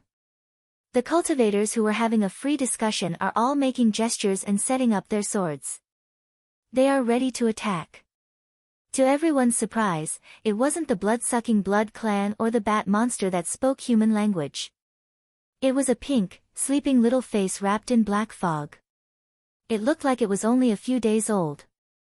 Its eyes were closed and it occasionally blew bubbles. If it wasn't for the fact that it was floating in the air surrounded by the black fog, it would have looked like a harmless newborn. How can it be an ordinary newborn at this moment? A golden needle condenses on Lin Luoran's fingertip. She is ready to see what the bat monster is doing. The baby suddenly giggles. The baby's crisp voice lingers in everyone's ears. When Runlan is confused, what kind of trick is this? Yes, what kind of trick is this? How can a seemingly harmless baby suddenly come out and giggle at everyone? The bat monster will never do such a boring thing. Lin Luoran shoots out the golden needle which is made of reiki of the nature of gold. The needle immediately goes into the black fog. The needle must have hit the baby. The baby screams, which then turns into intermittent whining. The whining is long and thin, and it is getting weaker and weaker, which makes people feel sad. Their cries are really pitiful. Whispers have been heard among the cultivators. Lin Luoran glances at them and sees two female cultivators who can be regarded as national treasures. Their personal ability is not high and they cry when they see blood. Lin Luoran doesn't know what they are here for this time. When Runlan looks around and finds nothing unusual. He is confused. Master, did we make a mistake? The baby is crying so miserably. It hurts. Brother Jing, why did you hit me? When Runlan is talking nonsense. When Guanjing reaches out his hand and hits his head, telling him to shut up. Mistake? Lin Luoran sneers. Even when Runlan can't survive after being hit by the needle. An ordinary newborn should die on the spot. Why does he still have the energy to pretend to be pitiful? However, the look in the eyes of the two little female cultivators really makes Lin Luoran feel helpless. Lin Luoran orders the cultivators to be more vigilant and whispers something to Huang Weijian. Seeing that he finally has a place to use his talent, the boy is excited beyond words. He steps out of the crowd, picks up the pen, and slowly reads in a voice that is still changing, Good rain knows the season, this is a happy and gentle poem. When Huang finishes the first line, there is already a slight wind coming from the pen. It is so gentle, like the spring breeze in the poem accompanied by the spring rain, which makes people full of joy. The spring breeze is blowing. It seems to be harmless. However, when Huang Weijian finishes reading, when spring happens, the spring breeze quietly goes away and blows away the black fog around the baby. Everyone present couldn't help but gasp in astonishment. The crying baby turns out to be a monster with a human head and a bat body. The reason why it can stay in the air is that it keeps flapping its wings. The two female cultivators who said that Lin Luoran was too cruel are slapped in the face. What they see makes the two female cultivators pale with fear. The strange baby seems to notice the change of people's emotions. It suddenly opens its eyes. Regardless of whether it was the eyeballs or the whites of the eyes, they were all blood red. No matter how you looked at them, they seemed to be staring at you, making you shudder. When Runlon stutters, What is this monster? Somehow, Lin Luoran thinks of the missing pregnant women. The appearance of this strange baby is too coincidental. Does the bloodline capture those pregnant women to make such a monster? Lin Luoran feels that her eyes are dry. She can't help but hold the luminous flower in her hand tightly. At this moment, Lin Luoran can't do as she pleases. She takes a deep breath and says with difficulty, Brother Wen. When Guanjing and Lin Luoran have a tacit understanding, so he knows her better than anyone else. He jumps out of the crowd and lands a few meters away from the weird baby. The weird baby shows a ferocious smile and ignores Wen Guanjing. Instead, it pounces on the weaker cultivators. Lin Luoran doesn't panic. Before N does anything, Lin Luoran throws out several paper figures and forces the strange baby back to Wen Guanjing.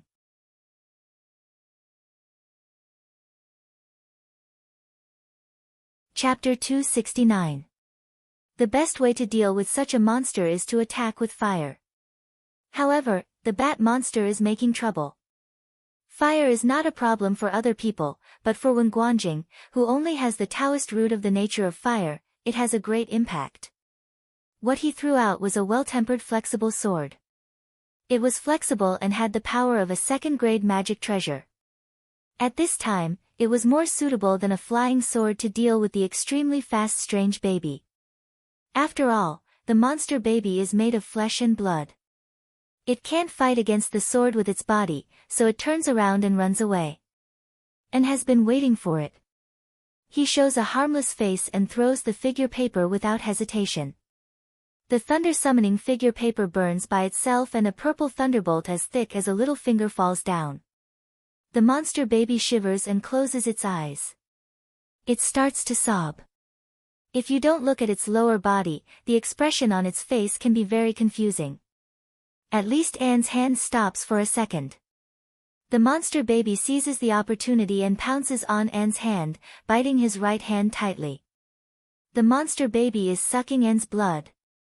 When Guanjing stabs the monster baby's back with the tip of his sword.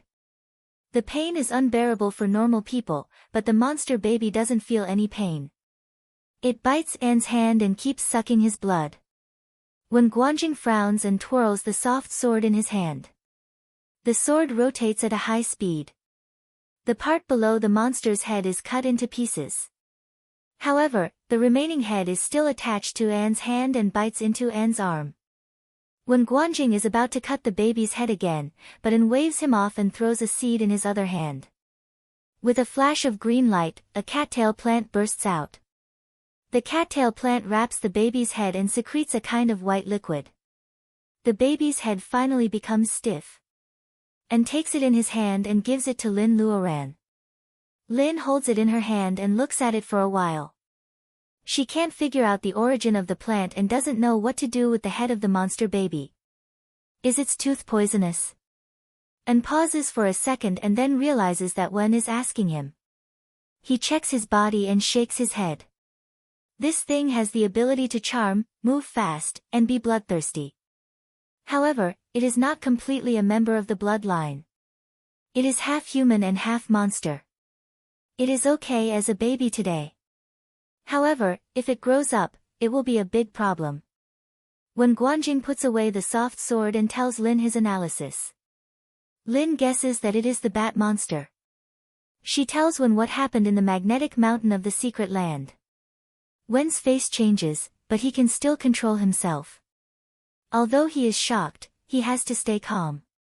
At this moment, he and Lin Luoran can't show any negative emotions such as hesitation, fear, or panic. Apart from signing a master-servant contract, he had never heard of demonic beasts being able to come out of the secret territory. However, according to senior sister Lin, if the existence that was suppressed under the magnetic mountain escaped, it wouldn't waste time with them at all. It could just raise its hand and kill them all. Maybe it only has a strand of its spirit attached to a bat. When Guanjing secretly tells his analysis to Lin Luoran, and Lin Luoran agrees. If it is just a strand of its spirit, Lin smiles. Maybe she knows what to do. In a small building of the textile school, Crystal and her sister, who were in a mess just now, have changed. Although Riddick is well-dressed, he is not as energetic as before. His sister was chatting happily with the bat. Roddick's slender fingers were trembling slightly. They were all dead. His descendants, including the branch families, and the vampires who stayed here had all died in the battle just now. Riddick can't accept such an ending. After hearing the conversation between Crystal and the bat, he can't help but tremble. Even though he knows that Crystal may have given up on his descendants, no one has ever told him that they sacrificed themselves to be nourishment for something. That's enough, Crystal. Can you take your bat friend out and leave me alone? Crystal suddenly stops talking and looks at her brother in surprise. When she is sure that he is not joking, the smile on her face disappears. Thinking of how Riddick protected her tightly under his body when she was in danger, Crystal feels that she should tolerate his temper. She looks at the bat monster and tells it to move to another place with her.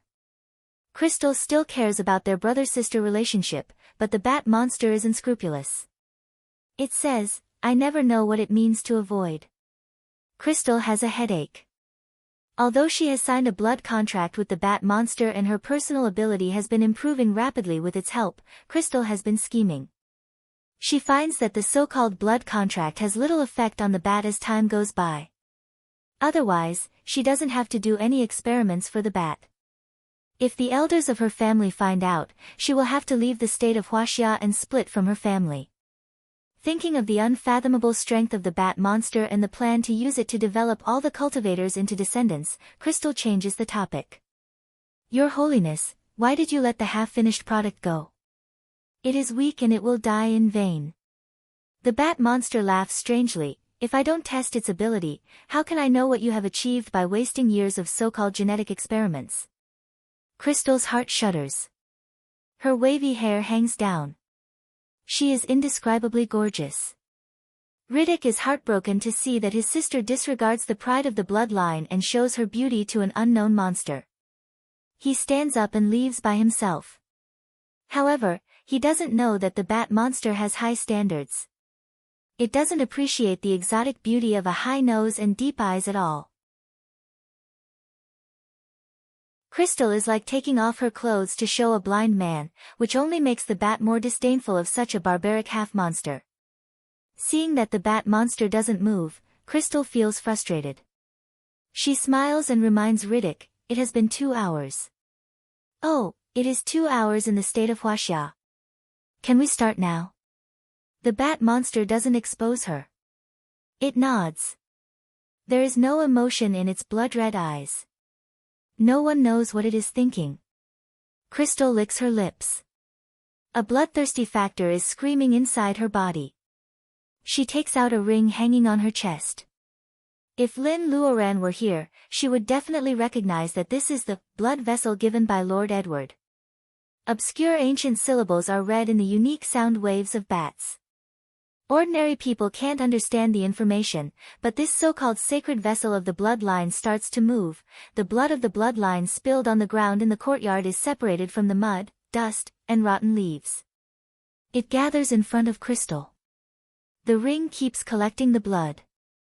The process is slow and meticulous. The bat monster is a little impatient. It flaps its left wing and takes away all the blood. When it flaps again, the blood has turned into a rain of blood. Suddenly, it starts to rain. When the rain falls on people's clothes, they are dyed red. Is it a rain of blood? a protective cover suddenly appears above everyone. It is a blue water cover. The rain is not aggressive, so it is easy to block it. With Lin Luoran's personal ability, it only costs her a little Reiki to hold up such a cover. She has 3 nebulae in her ocean of Reiki, so she can convert Reiki faster than others. She doesn't have to worry about running out of Reiki when fighting enemies. The consumption of Reiki is not a big deal for her. The blood rain makes everyone silent. Lin Luoran is not worried about Reiki or the blood rain. Her sensitive senses tell her that something is surging under the ground and it will break out at any moment. Her sensitive senses have helped her many times. The blood rain is about to stop. Lin Luoran subconsciously blurts out, "Be careful of the ground." Be careful of the ground? What is under the ground? When Guanjing clenches the hilt of his sword and crushes a paper figure out of reflex. Lin Luoran grabs Huang Weijian, the youngest one. The ground is shaking.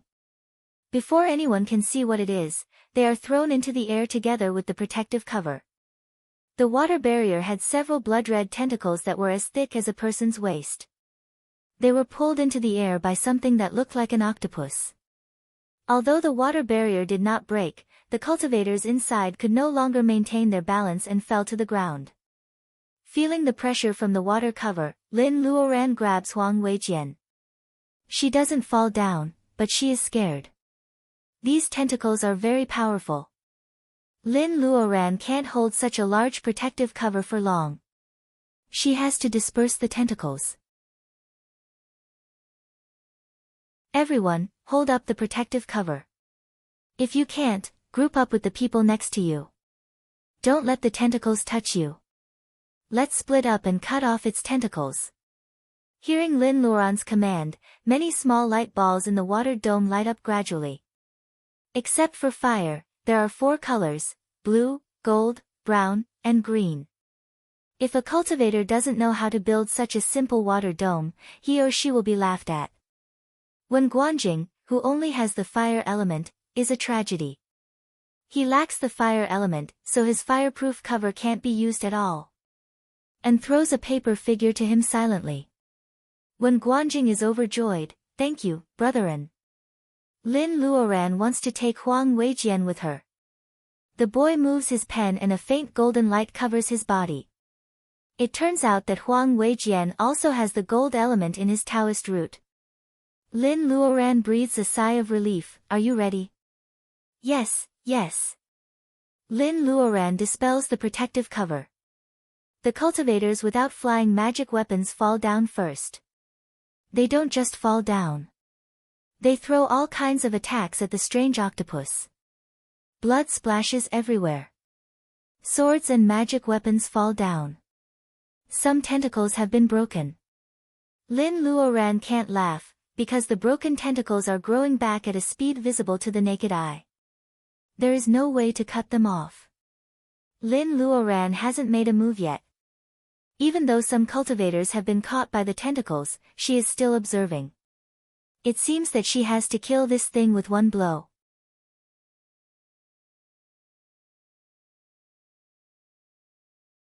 Chapter 270. The tentacles are endless. Soon, Lin Luoran finds that there is more than one tentacle monster. The whole yard is occupied by them. Its roots are so deep that it takes several people to encircle it. The tentacles grow fast and are powerful, which is a disadvantage for them. Does this tentacle monster have no weakness? Lin Luoran doesn't believe it. She stays in the air with the help of the wind-riding spell and watches the cultivators fighting against the tentacles. Among them, Wen Guanjing and An are the most powerful. Lin Luoran and An give up the tentacles and land on the root of a tentacle monster. When Guanjing's flying sword is sharp, and the tentacle monster is blocked by An's figure circle for a while. With a flash of sword light, the tentacle monster is cut off from the root. The broken tentacles also dry up at a speed visible to the naked eye. The cultivators who are fighting against the tentacle monster are relieved. They look at Wen Guanjing and An on the ground and realize, the two of them must have killed a tentacle monster together. No wonder the tentacles around them are all dried up. Everyone's morale is boosted. Wen Guanjing and An have set an example for them. To kill the tentacle monster, they have to get rid of the roots. Some cultivators have landed and are struggling to get close to the root of another tentacle monster. They are not as powerful as Wen Guanjing and An, so they are in groups of about 10. They are going to exhaust the tentacle monster to death. Lin Luoran still doesn't land. She is still floating in the air, and she is still frowning.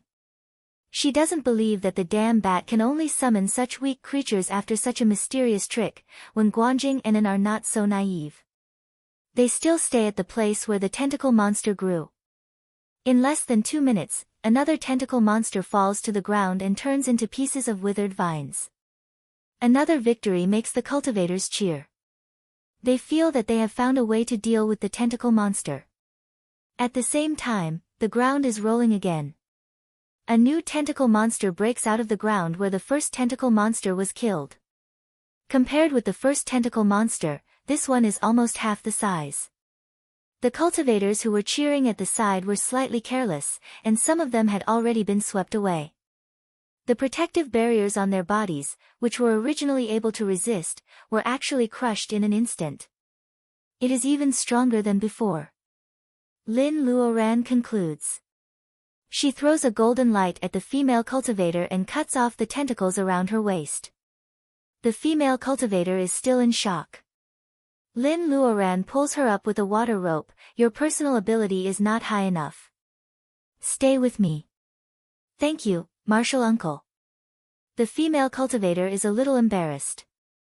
They have complained about Lin Luoran's cruelty before. They never expected that Master Lin, who seems to be cruel, would save them at the critical moment. Seeing that the newly grown monster is more powerful, people don't dare to kill it from the root.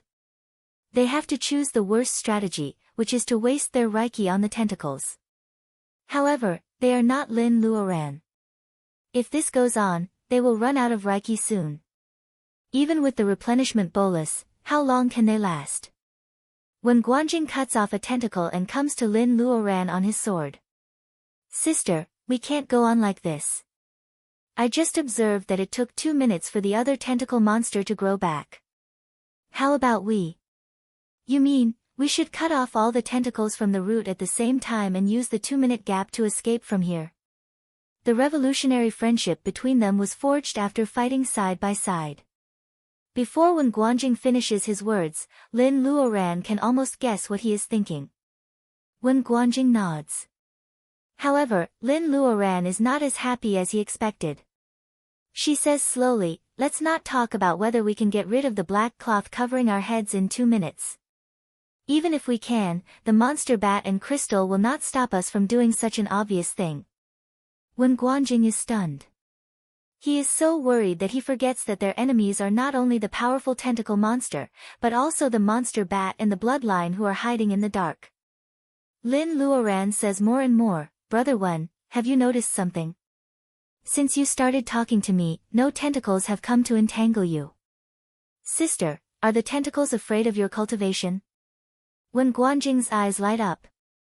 Lin Luoran smiles mysteriously and puts away the luminous flower in her hand.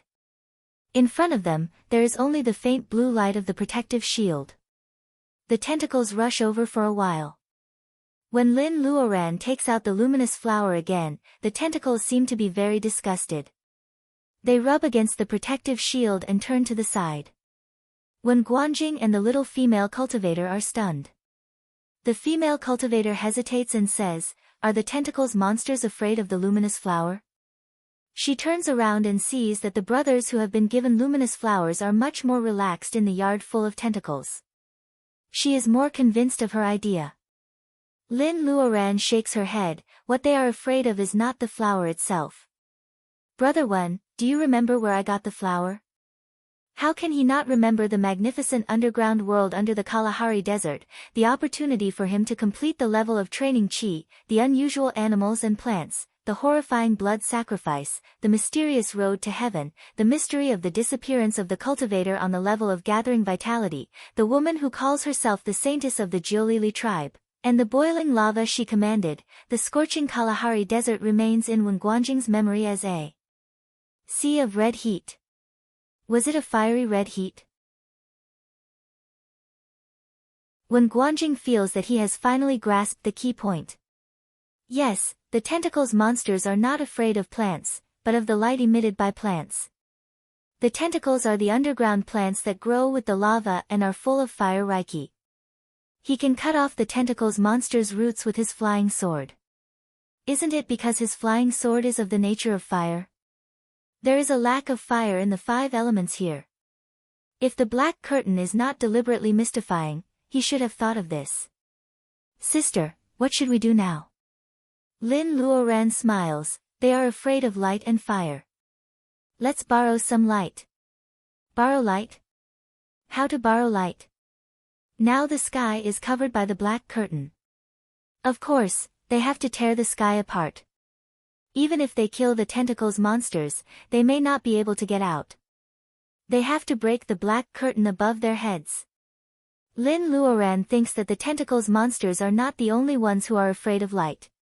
She hands the luminous flower to the female cultivator who is not good at cultivation. Brother Wen. Wen Guanjing nods solemnly. If the monster bat and the bloodline come out, the task of holding them off will fall on him and brother and that little cultivator? Lin Luoran knows that he understands her. She flies up on her sword. She is getting closer and closer to the black curtain. As long as Wen Guanjing and the others can hold them off for a while, she believes that she can do it. Tearing the sky apart and borrowing light sounds really cool. In the attic, Crystal sees that Lin Luoran leaves the cultivators and flies higher and higher. Crystal raises her eyebrows and asks, what? Does she want to run away alone? The monster bat looks at Crystal with disdain. She really doesn't know who this vampire has been living on for hundreds of years. She can't even see through the obvious action of that little chi trainer. She is really stupid. It seems that I need to go out and create some chaos.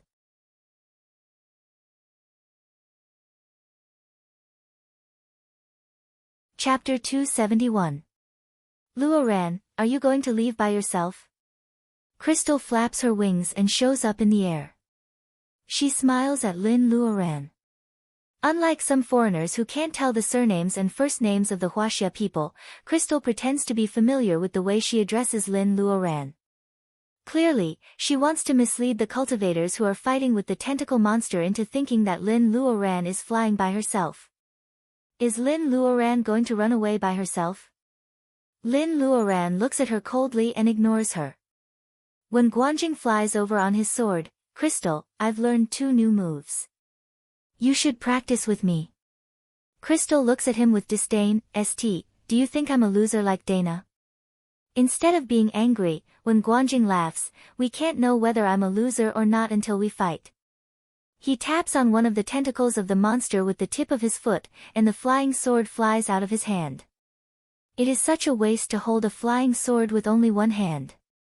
Even though Crystal has made a lot of progress, Wen Guanjing has not been the same all these years. He is from a famous family and he is steady in dealing with enemies. It is impossible for him to defeat Crystal now, but he can definitely stall for a while. Riddick doesn't like it, but he won't let Crystal take the risk. He spreads his wings and flies over. And is waiting for him on the way. They haven't decided who will win the battle between the magic figures and the bloodline yet. In a few seconds, Lin Luoran has flown to the highest point. Her right hand has touched the black curtain. It is soft without any poison. However, it is surprisingly tough. No wonder the sword couldn't cut it and the spell couldn't break it. The bat monster suddenly appears a few meters away from Lin Luoran. It sees the mysterious and familiar bead hanging quietly on Lin Luoran's white wrist. The bat monster can't help but grin with its ugly bat mouth. Lin Luoran doesn't even look at it, as if she doesn't know that the bat monster has appeared at a very unfavorable distance for her. Huang Weijian is protected by Anne's figure paper. He holds the shaking balled pen tightly. He is a little scared. You have to be careful. That monster is very powerful. Of course, a bald pen will not answer the boy's concern. As soon as he loosens his hand, the bald pen flies out. The bat monster wants to pull the bead on Lin's wrist. Seeing the annoying pen flying back, the bat monster flaps its wings and appears in another direction. The bald pen is like a radar. It doesn't give up on it, so the bat demon has to face this annoying pen. First, I will get rid of this rotten thing, and then I will deal with the chi trainer. Last time, it was a sneak attack. This time, it was a fair confrontation. The bald pen was at a disadvantage last time. Now, it was chasing the bat demon all over the yard, but it could not trap it. Seeing that Lin Luoran seems to be at a critical moment, Wang Weijian is anxious. He murmurs, "Catch it, catch it." The boy has a tough and stubborn expression. At this moment, he is brave and fearless, which is in line with the character of a scholar.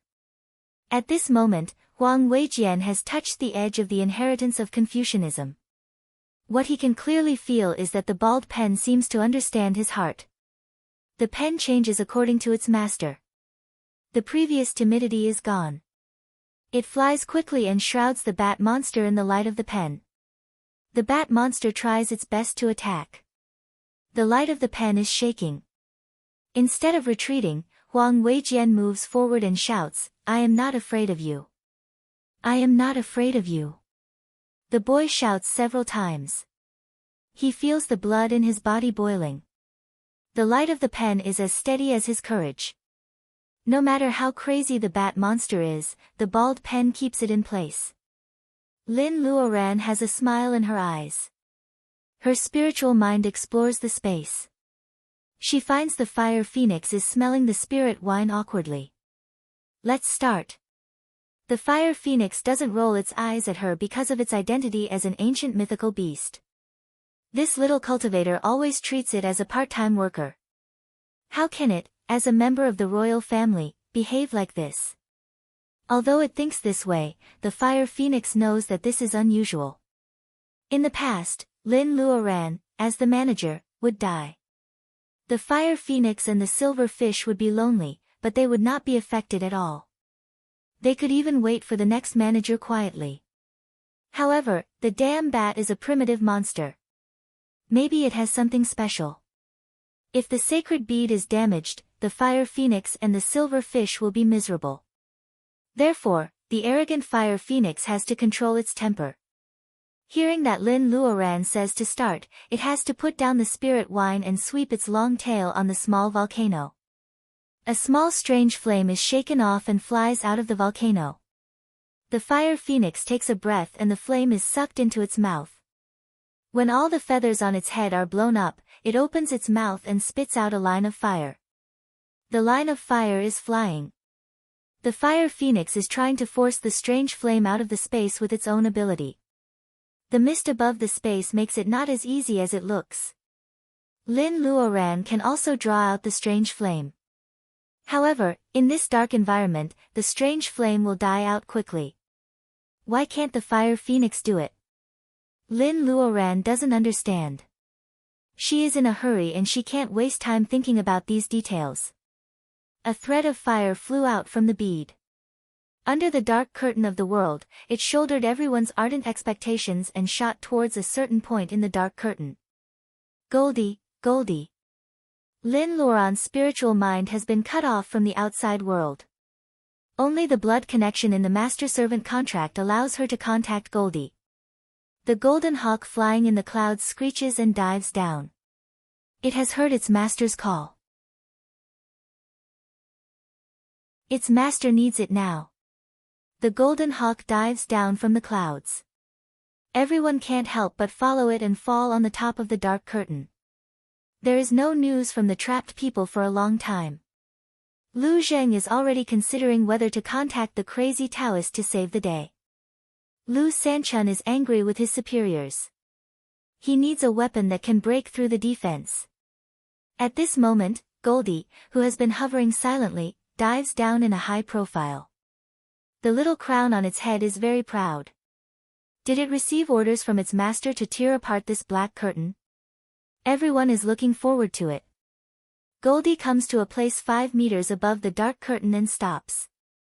Hey, isn't it going to tear the dark curtain with its sharp claws?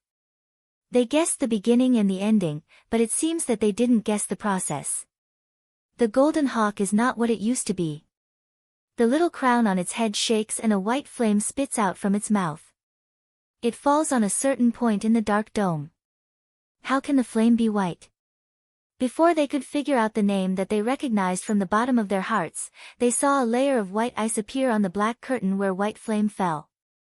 Fire generates ice. It is really strange. It is indeed the mysterious hawk raised by Master Lin. If someone can see what is going on inside and outside at the same time, he will be surprised. Lin Luoran's yang fire and Goldie's new cold fire both fall on the same point of the dark curtain. They are exactly the same point. The bat monster suddenly stops moving. It seems that it is exhausted under the bald pen. It feels that the energy in a certain point of the dark curtain is becoming unbalanced. The yang fire is burning while the cold fire is freezing. They are competing with each other. The two completely different kinds of fire seem to be fighting for victory or defeat. Victory or defeat, life or death, they were eager to break through the barrier between them and fight each other. What was blocking them was the black inhibition formation made by the bat monster's wings. The inhibition is getting thinner and thinner. The two kinds of flames are getting closer. The bat monster suddenly moves crazily. The light of the pen is shaking again. Huang Weijian's nails are digging into his palms, leaving traces of blood. He is so stubborn that he won't give up. Just a little bit more time and he will succeed. Lin Luoran bites her lips. When Guanjing is holding on, and is holding on, Huang is holding on, other cultivators are holding on, and even the two female cultivators who grew up in a greenhouse are holding on. Lin Luoran is not qualified to give up. Goldie is still weak in controlling its new ability.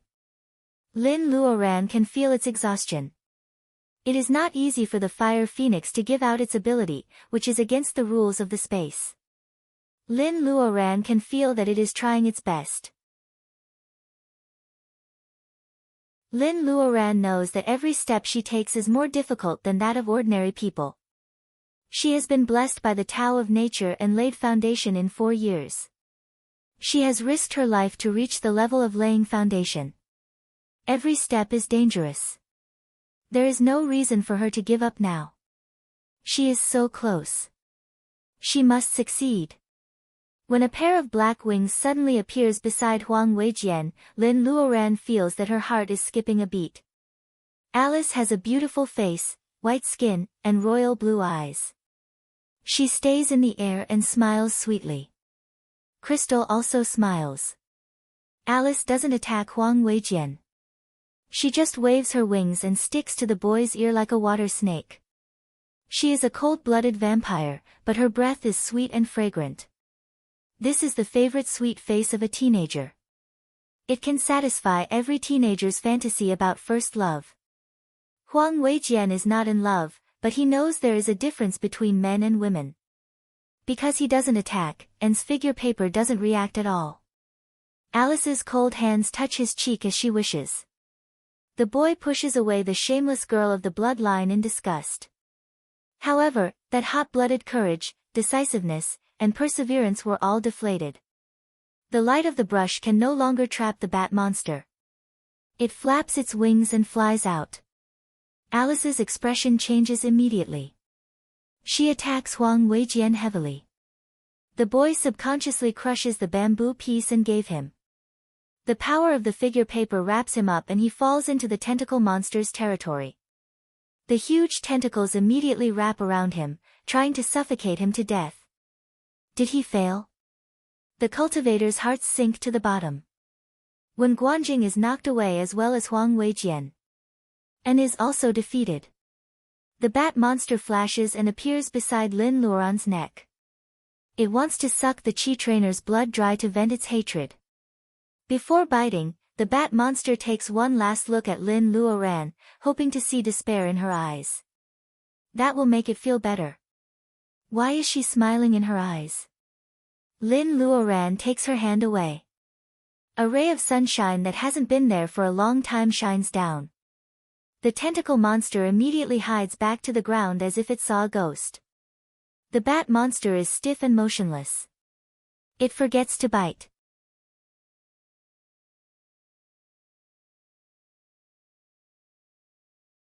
Chapter 272. Lin Luoran draws out her sword and cuts the black curtain. The crack is so fragile that a big hole is torn open. Crystal and Riddick are senior members of the bloodline. Alice is the first one to suffer. In the sun, her face, which is as sweet as Princess Qian Qian, is burnt and smoking comes out. The back of her hands, which are exposed under her clothes, is full of red and swollen blisters. Alice screams. She is surrounded by Huaxia cultivators who have woken up and start to kill her. Everyone is refreshed. As soon as the tentacle monster is gone, they all get out. Some cultivators are strangled and their faces turn purple, but they are soon saved by their companions. The monster bat is no longer in a daze. Now it is angry and panicked. How dare you? Lin Luoran stands there with her sword in her hand. Goldie is flying over her head. Cheers come from the crowd. They are probably saying, "Long live Master Lin." The scene reminds Riddick of an old saying in Huaxia, "The game is over." The monster bat can't wait to eat Lin Luoran alive. However, it can't move. This time, it is not frozen by the bald pen. Instead, a force from the Tao of Heaven has locked the monster bat. The clear sky suddenly changes. Although the sun is still shining, a rotating cloud appears above the textile school, flashing with crackling electric lights. It's not that the bat monster can't move, but even Crystal, a half-monster with a strong sense of hostility, is trembling from the bottom of her bones. Is this the cloud of doom? The mighty power of thunder and lightning reminds Lin Luoran that this must be the legendary heaven's doom. Let's retreat. The cloud of doom will not come for her, a little cultivator in the level of laying foundation. It must come for the bat. Lin Luoran doesn't want everyone to stay here and take the thunder. She calls the cultivators to run out. As expected, although everyone is panicking, they jump out of the wall because of the coercion of the cloud of doom. However, the cloud of doom stays far away and doesn't come after them. It seems that the cloud is brought here by the monster bat. Retreat. Retreat. Lin Luoran looks at the monster bat vigilantly and commands the cultivators to keep a safe distance. This scene was too dramatic. Originally, everyone was still on the brink of life and death. Who would have thought that after the black curtain was torn open and before they could fight for their lives, tribulation clouds would appear, as if they were going to deal with the bat demon? Who says that the Tao of Heaven is in chaos? The Tao of Heaven will not let go of such a monster. Are you okay? Lu Zheng asks when Lin Luoran is the last one to fly out. Lin Luoran nods at him and looks into the distance. She whispers, "I'm afraid your grandmaster has finished his closed-door training." China had not seen heavenly tribulation for many years. Tribulation clouds would only appear when a great demon took human form and a cultivator's core broke through to the nascent soul stage. At first, the crazy Taoist thinks that someone is forming vitality in the land of Shu.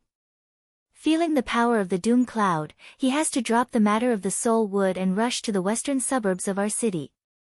With the personal ability of bearing essence cultivators, Lin Luoran can feel the crazy Taoist's arrival in just a few minutes. Is someone trying to condense gathering vitality? The crazy Taoist comes on a cloud and stares at the bat monster under the dark clouds. People don't know who he is. Seeing Lin Luoran's respectful attitude, they wonder if he is a legendary master in the level of bearing essence. They don't dare to disturb him and pretend not to see him. Lin Luoran and the others have retreated for more than a mile. The coercion of the dark clouds still makes some people feel weak. Lin Luoran asks in a low voice, "Master, what do you mean?" The crazy Taoist explains the appearance of the dark clouds. Lin Luoran shakes her head, "I'm afraid that the bat monster is neither of the two cases." Lin Luoran tells him what she saw in the magnetic mountain of the secret land. Of course, she doesn't tell him about the bead. The crazy Taoist hears it and sighs that they are lucky. You are really brave. A monster that can attract heaven's tribulation by attaching its spiritual mind to a body must be a great evil in the primitive world.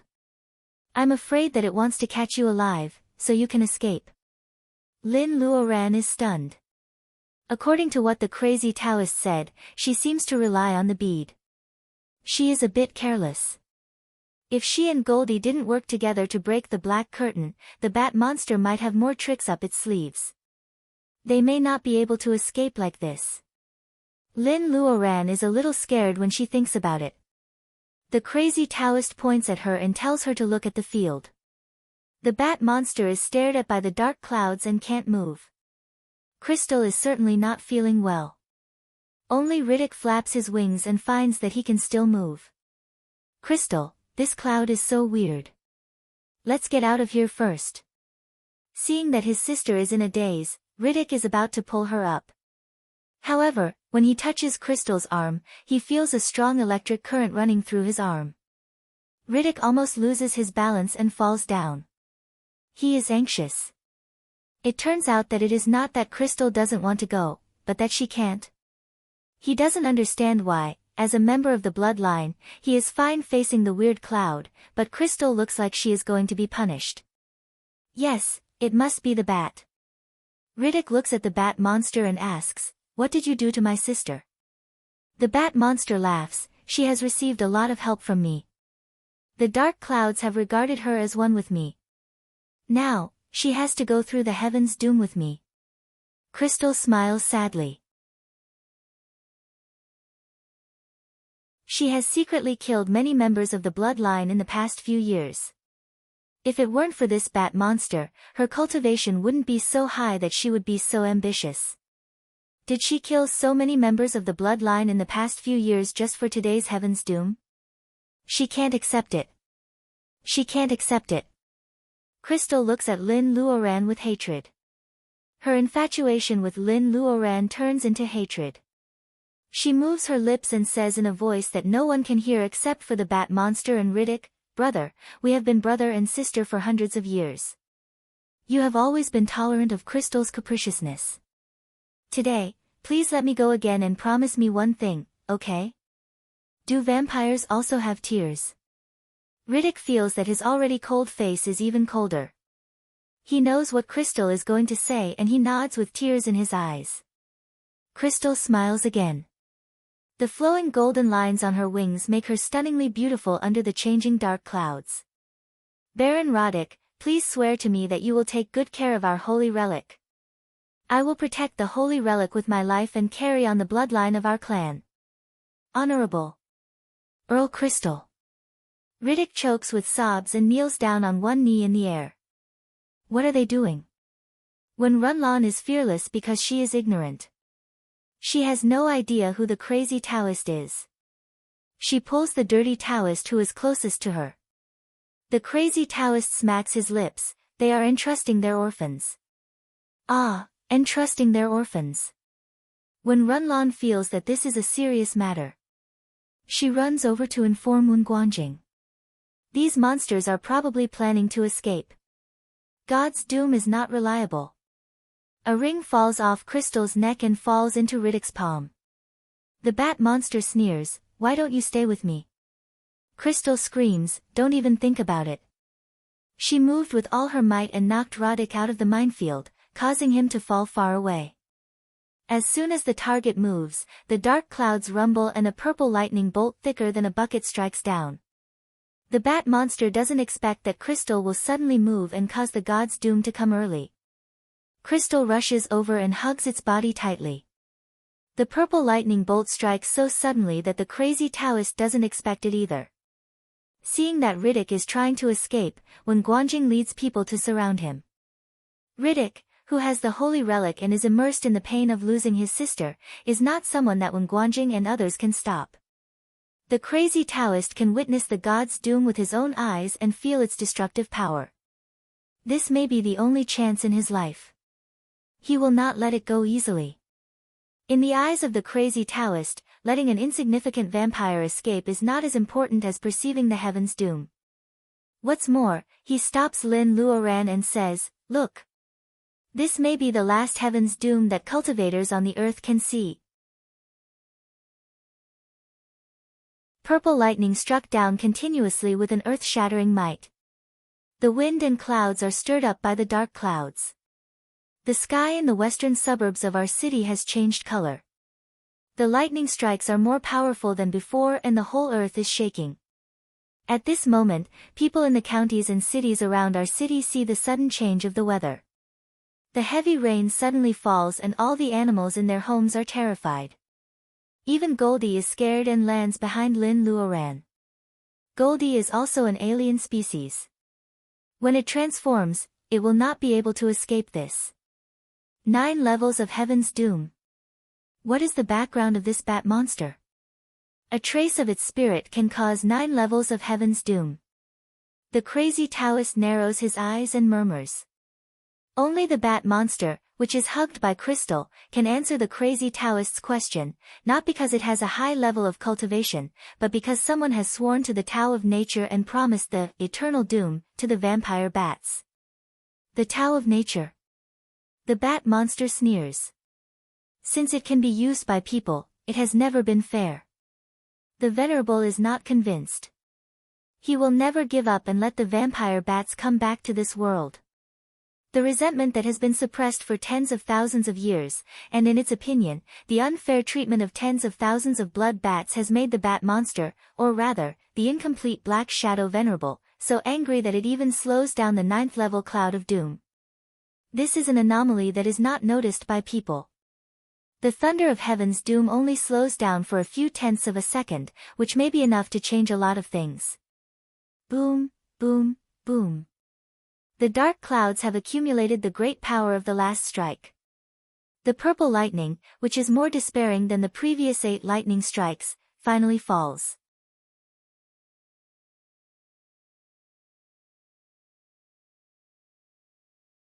Chapter 273.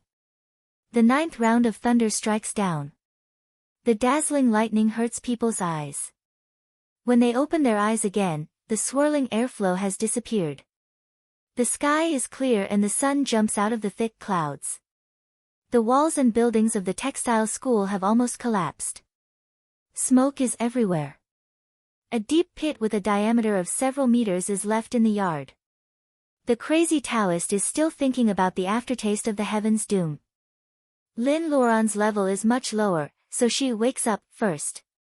The yard of the textile school is scorched earth. No creature can survive such a powerful Heaven's Doom. Lin Luoran leads people to investigate carefully. They only find a small handful of black ash at the bottom of the pit. The crazy Taoist is here, so there should be no danger. Lin Luoran waves her hand and the group rushes in. The victory comes hard and suddenly. Many people still can't believe it. Master, did we win? Lin Luoran smiles and nods, yes. Coincidentally, Lu Sanchun answers the phone and smiles, Miss Lin, there's a call for you. It is Li Shi, who calls. They have killed 5 members of the bloodline who are lingering in the brothel. They are searching for the missing members. This is also good news. Li Shi struggles for a while and shyly says that one of the bars is so noisy that the bloodline shows its true colors in front of ordinary people. Maybe they should go on TV. Lin Luoran sneers, are you wearing nice clothes today? Lin Luoran knows that Li Shi is stamping her feet. Lin Luoran comforts Li Shi by saying that the TV won't dare to show their faces. Lu Sanchun hears it and keeps it in mind. Of course, Lieutenant Colonel Lu will take care of such a trivial matter. Master Lin, and those missing pregnant women. Lin Luoran is surrounded by so many people that Xiao Xiaomu finally comes to her. Because of his low level of cultivation, he is sent to the periphery to pick up the missing pregnant women, so he doesn't do much. Now that he finally has a chance to perform, he hurries to remind Lin Luoran about the missing pregnant women. Lin Luoran nods, we cultivators have to finish what we started. Everyone has been fighting hard. Let's search the place carefully. Even if all the pregnant women have died, there must be some clues left. Everyone says yes, and those who are not injured still divide into groups to search. The textile school's abandoned campus of dozens of acres is hidden in the ruins. The lingering aura of the heaven's doom makes the spiritual awareness chaotic at this time and place, which makes the search more difficult. Lu Sanchun also summons snipers to help. Lin Qingxue in camouflage clothes is a little shy when she passes by Lin Luoran. She doesn't have the calmness of the iron-blooded soldier when she shot Lin in the head. Everyone had the same surname as Lin. This person must be the leader of the high and mighty cultivators, right? Lin Qingxue sighs. As a girl, she has to work harder than others to stand out in the army, let alone this, Master Lin. She must have paid more to be recognized by these cultivators. The snipers are very disciplined while the cultivators are noisy. When they all leave, the crazy Taoist opens his eyes. Master, did you find anything? The crazy Taoist shakes his head, just a little. Lin Luoran smiles. She also got a little. Lu Zheng is only injured on the back of his hand, but he still wants to help. The crazy Taoist stops him. My dear apprentice, will you blame me for not giving you a magic weapon? Hearing this, Lin Luoran remembers that she has never seen Lu Zheng with a magic weapon. Lu Zheng lowers his head and says he doesn't dare. The crazy Taoist laughs. It's easy to get 2 magic weapons. However, your Taoist route is not outstanding. If you want to surpass others, you have to improve your strength and build a solid foundation. Then you may have a chance. The crazy Taoist's words have a double meaning, but Lin Luoran doesn't get it. Lu Zheng's ears turn red and he wants to stamp his feet like Li Shi. However, the crazy Taoist's words are not unreasonable. It is rare for Lin Luoran to be guided by a senior. She asks thoughtfully, Master, you mean, don't rely too much on the power of the magic weapon? The crazy Taoist nods. Think about it carefully. Since you got the grade 5 flying sword, you have been greedy for its power. You have less time to use the spells of the 5 elements, right? Cultivators have to deal with the 5 elements every day. If you don't have a deep understanding of the Reiki of the 5 elements, it will be difficult for you to advance even if you are talented. Lin Luoran feels that she seems to have made a mistake without using a hammer to sound the drum. Lin Luoran is not a sword cultivator. When she first learned the spell of Fireball, she tried to feel the fire Reiki by herself. Later, she found that the spell of sword given by White Fairy is very powerful. She often feels that the spells of the 5 elements are not as good as the flying sword.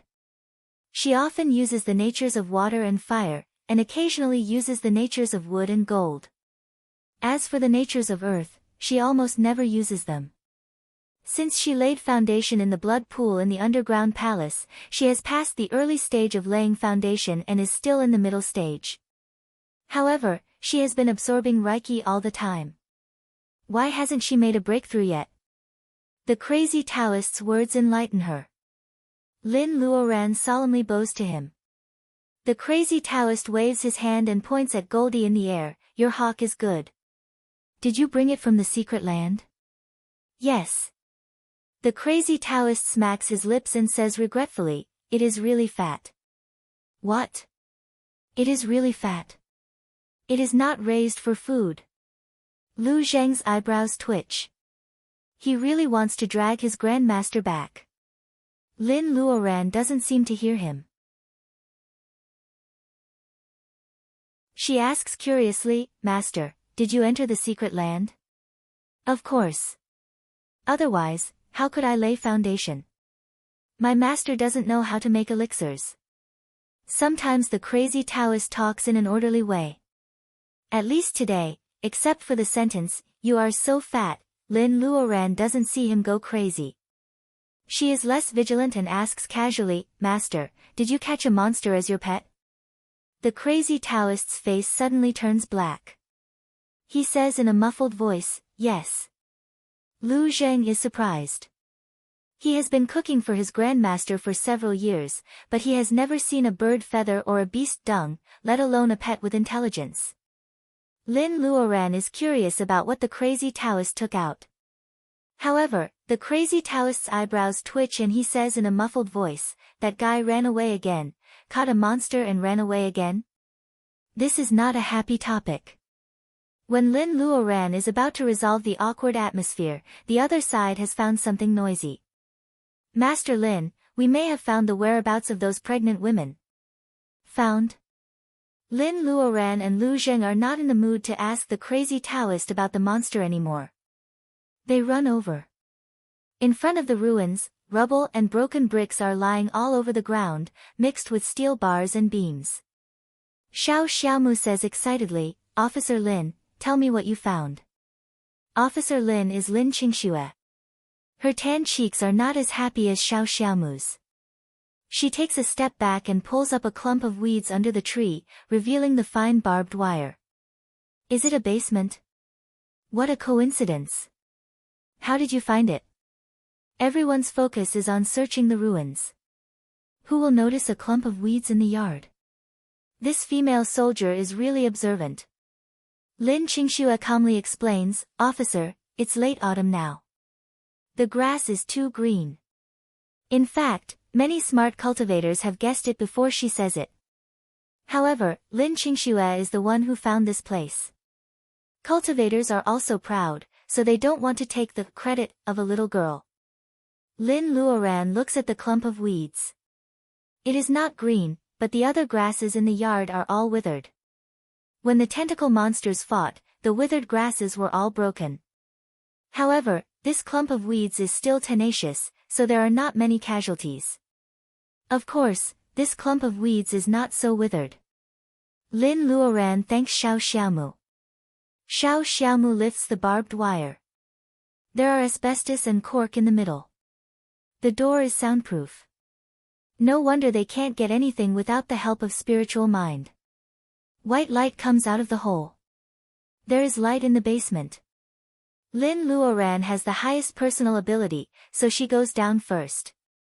Lu Mei has long known that maybe someone is coming to save them. It's past lunch time, but no one brings food today. They have been a little uneasy, thinking that their lives are coming to an end. These foreigners are too lazy to do any research and want to kill them. Later, they hear the noise outside through the vent. Lu Mei listens carefully. There are screams and some people are shouting in Huaxia language. She can't help but feel happy. It seems that they are not going to be killed. Has the government finally found this place and come to save them? She tells the situation to other pregnant women and comforts them who are tortured by fear. Hearing that they may be the reinforcements of Huaxia, many people hug each other and cry with joy. In the midst of the crying, the European girl with flaxen hair, who is like a devil in everyone's eyes, runs down and threatens them. If they make any noise, they will die immediately. Lu Mei doesn't cry. She feels that maybe these foreigners are so angry because they have lost. After threatening them, the female devil with flaxen hair goes up and never comes down again. As time goes by, Lu Mei keeps guessing which side will win. Then, monsters come out of the ground, making the basement shaky. Several pregnant women even fall and get hurt. Fortunately, the monster's target doesn't seem to be them. Lu Mei breathes a sigh of relief and continues to encourage those pregnant women who are emotional and extremely unstable. Behind them comes the thunder that makes the earth tremble. Then, the buildings on the ground seem to collapse. Everyone is almost desperate. This time, even Lu Mei is desperate. The collapse of the ground has blocked the only vent in the basement. If they are not rescued as soon as possible, they will eventually die of hypoxia in the basement. She and a few others desperately beat the basement door, screaming and shouting, hoping that someone will know that they are underground. The door is too strong and too soundproof. Violent movements and restless mood consumed oxygen very quickly. Tired, hungry, and lacking oxygen, Lu Mei soon felt sleepy. If she falls asleep, she won't wake up, right? However, her eyelids are getting heavier and heavier, and her breathing becomes difficult. The only impression Lu Mei has is that the basement door seems to be opened. Sunlight shines in and a woman walks in against the light. In a daze, Lu Mei feels that the woman looks like her former colleague. Is it her? Sure enough, he was starting to dream. The pregnant women are carried up one by one. The crazy Taoist is surprised and walks in front of them. Girl, these pregnant women are not human beings anymore. The crazy Taoist examines them with Reiki and says with certainty. Not human beings. Everyone is silent. They can't help but think of the monster baby with a human head and a bat body, the shy and cute look when it closed its eyes, and the bloodthirsty nature when it revealed its true body. Lin Luoran's eyes fall on Lu Mei. After a few years, Lu Mei is going to be a mother. Will she want her baby to be a monster, or will she choose to, before it is born? The crazy Taoist just finishes examining Lu Mei. Do you know this woman? Lin Luoran nods. The crazy Taoist shakes his hands and stands up. Her belly is normal, and so are the others. I guess the bat monster didn't have enough time. Hearing this news, Lin Luoran doesn't feel sad. There are hundreds of pregnant women here, and only a few of them are normal. The crazy Taoist sighs. Sometimes cruelty is the greatest kindness. You have to make a choice and think big.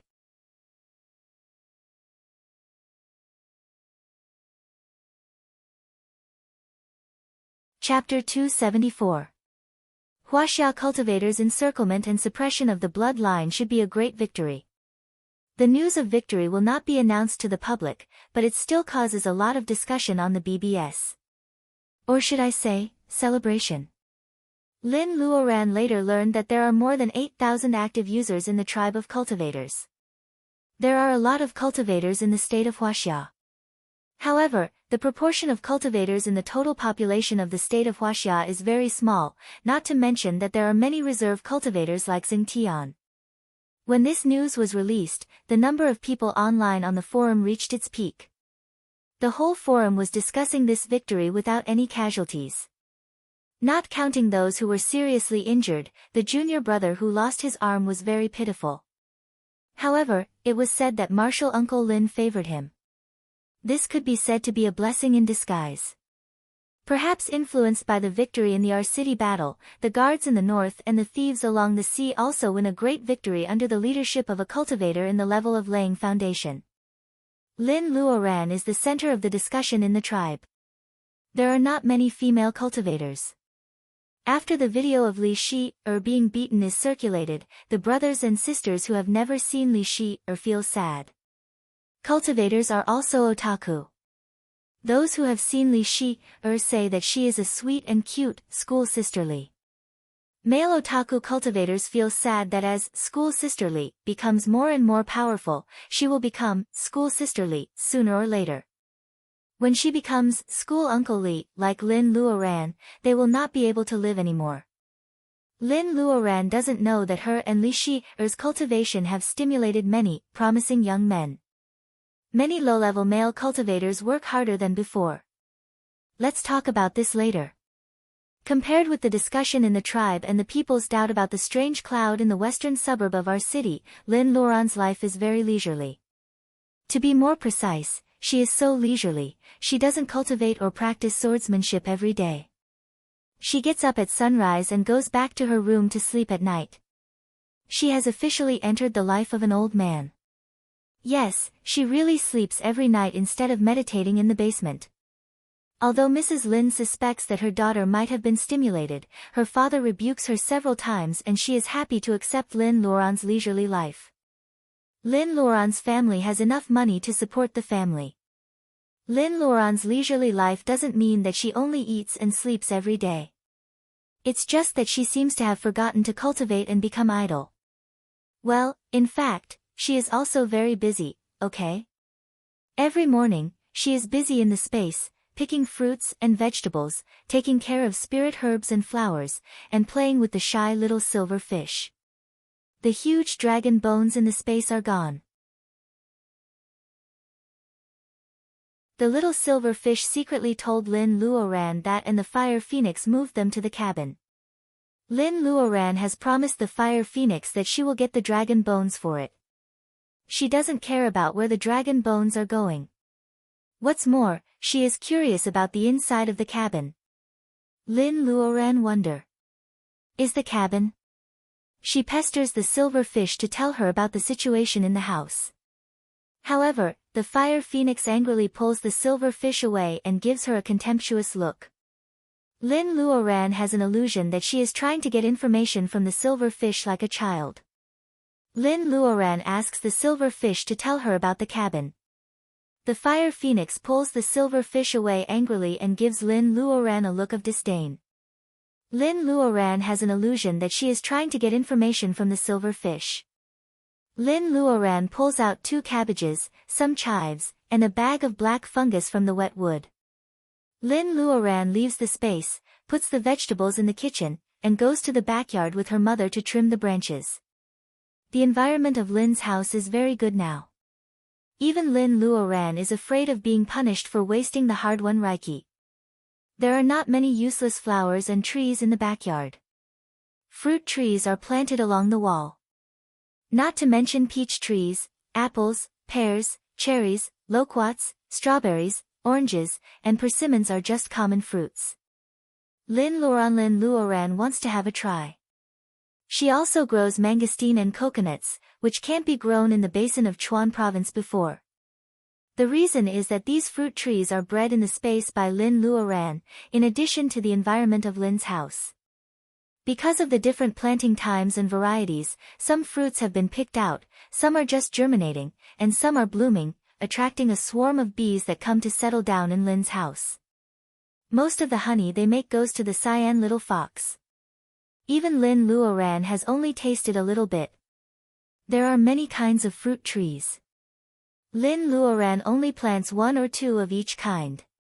Except for the path for Lin Luoran and Lin Luoran, the rest of the land is occupied by Mrs. Lin or the cyan little fox.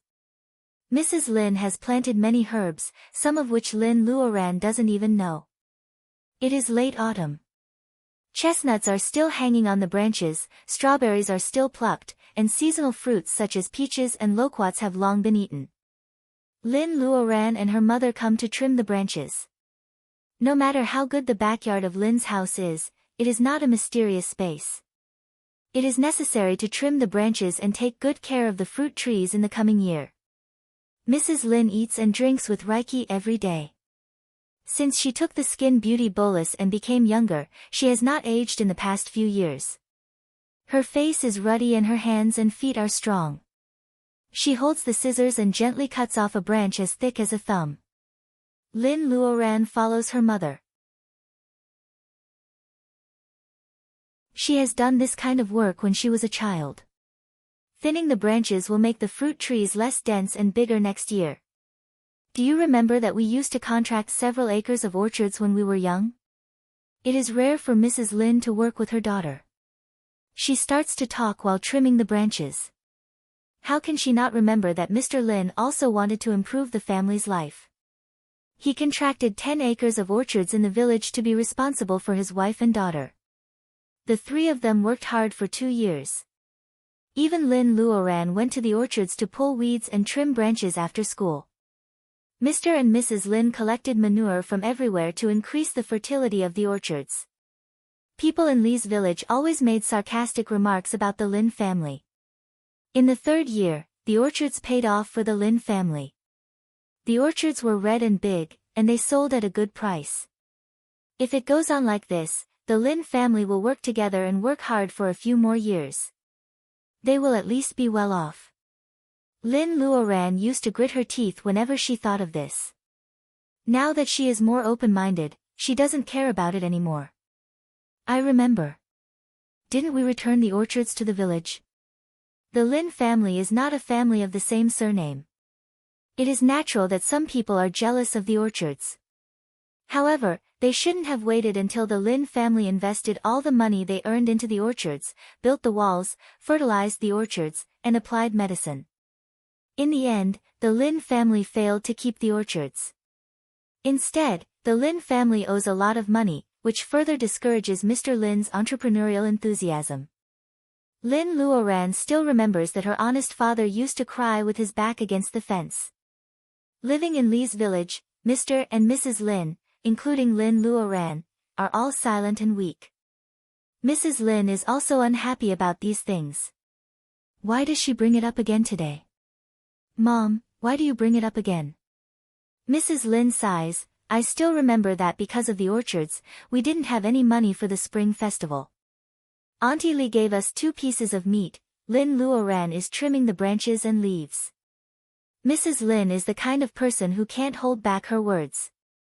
She always has a reason for rambling for a long time. She doesn't need to ask because she will say it eventually. Seeing that Lin Luoran doesn't answer her, Mrs. Lin is a little embarrassed. We are going to set up a pharmaceutical factory. I think we need a lot of people. Your Auntie Li's son has been idle for 2 years after graduating from high school. Can he? Mrs. Lin hesitates to talk about this. That's not right.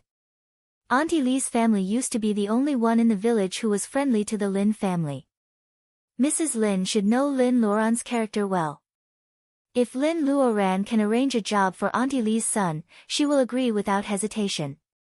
What is Mrs. Lin hesitating about? Lin Luoran knows her mother very well. She picks up a fat green insect from a branch and raises her eyebrows. Is there anyone else who wants to work here? Mrs. Lin nods embarrassedly. Lin Luoran really wants to pass out. Hey, hey, hey. She is generous and won't take revenge, but she is not a saint. Ask Auntie Li's son to come for dinner some other day. Ask Yuan Yi to arrange a job. Mrs. Lin is in a dilemma. Auntie Li said that the village head has a problem with her family forgetting their neighbors after they get rich. Should she tell Lin Luoran? Mrs. Lin accidentally cuts off a righteous branch. She is so regretful. Lin Luoran has no choice but to ask Mrs. Lin about the whole story. In the end, she finds that Mrs. Lin is troubled by such a small thing. Lin Luoran doesn't know what to say.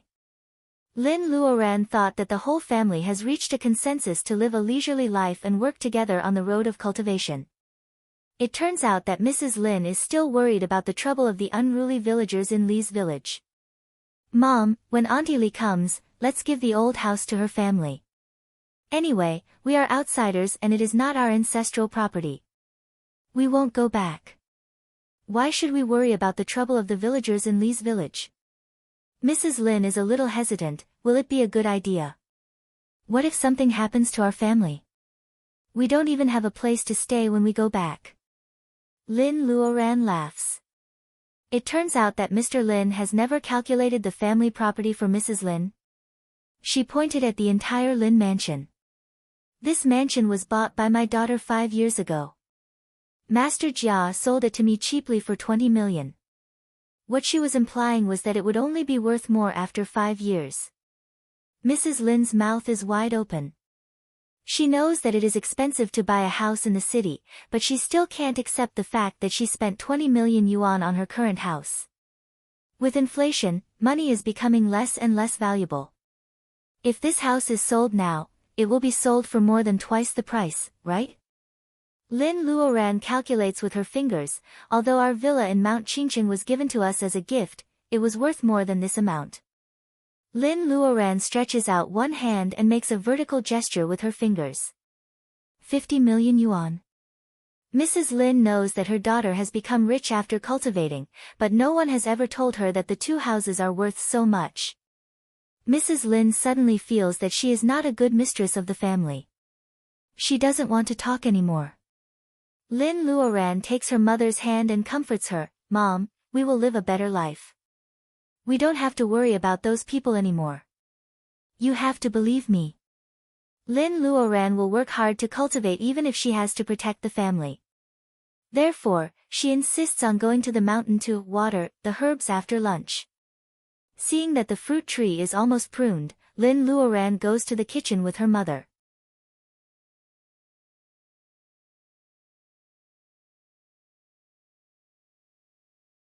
Chapter 275. In the morning, Lin Luoran spends time with Mrs. Lin, dealing with the trifles of the space, and chatting with Baojia who is asleep. In the afternoon, Lin Luoran usually goes to the medicine base in the mountains with her father. The watering Lin Luoran means that they water the herbs with reiki. In the field of hundreds of acres, each herb gets very little wood reiki, but it grows better than other places. Mr. Lin uses up the wood reiki in his body every half acre of land, but he is not in a hurry to replenish it. He goes to the dense forest to practice the spells of the 5 elements that he can learn. After using up the 3 kinds of reiki in his body, Lin Luoran is almost done. Not only does she water the herbs with reiki, but she also squats down to feel their emotions. If they drink too much water, they will lose their temper. If the sun is too strong, these herbs will feel thirsty. They are really a group of little things that can't eat too little and can't be too full. If ordinary herbs can express emotions through reiki, can plants really become intelligent? Lin Luoran thinks of the peony fairy she has seen on TV. She asks the crazy Taoist this question. The old Taoist asks her mysteriously, "Have you heard of Diliu syrup?" The name sounds familiar. Which novel has it been written about? Lin Luoran is not sure, so she asks the crazy Taoist what Diliu syrup is.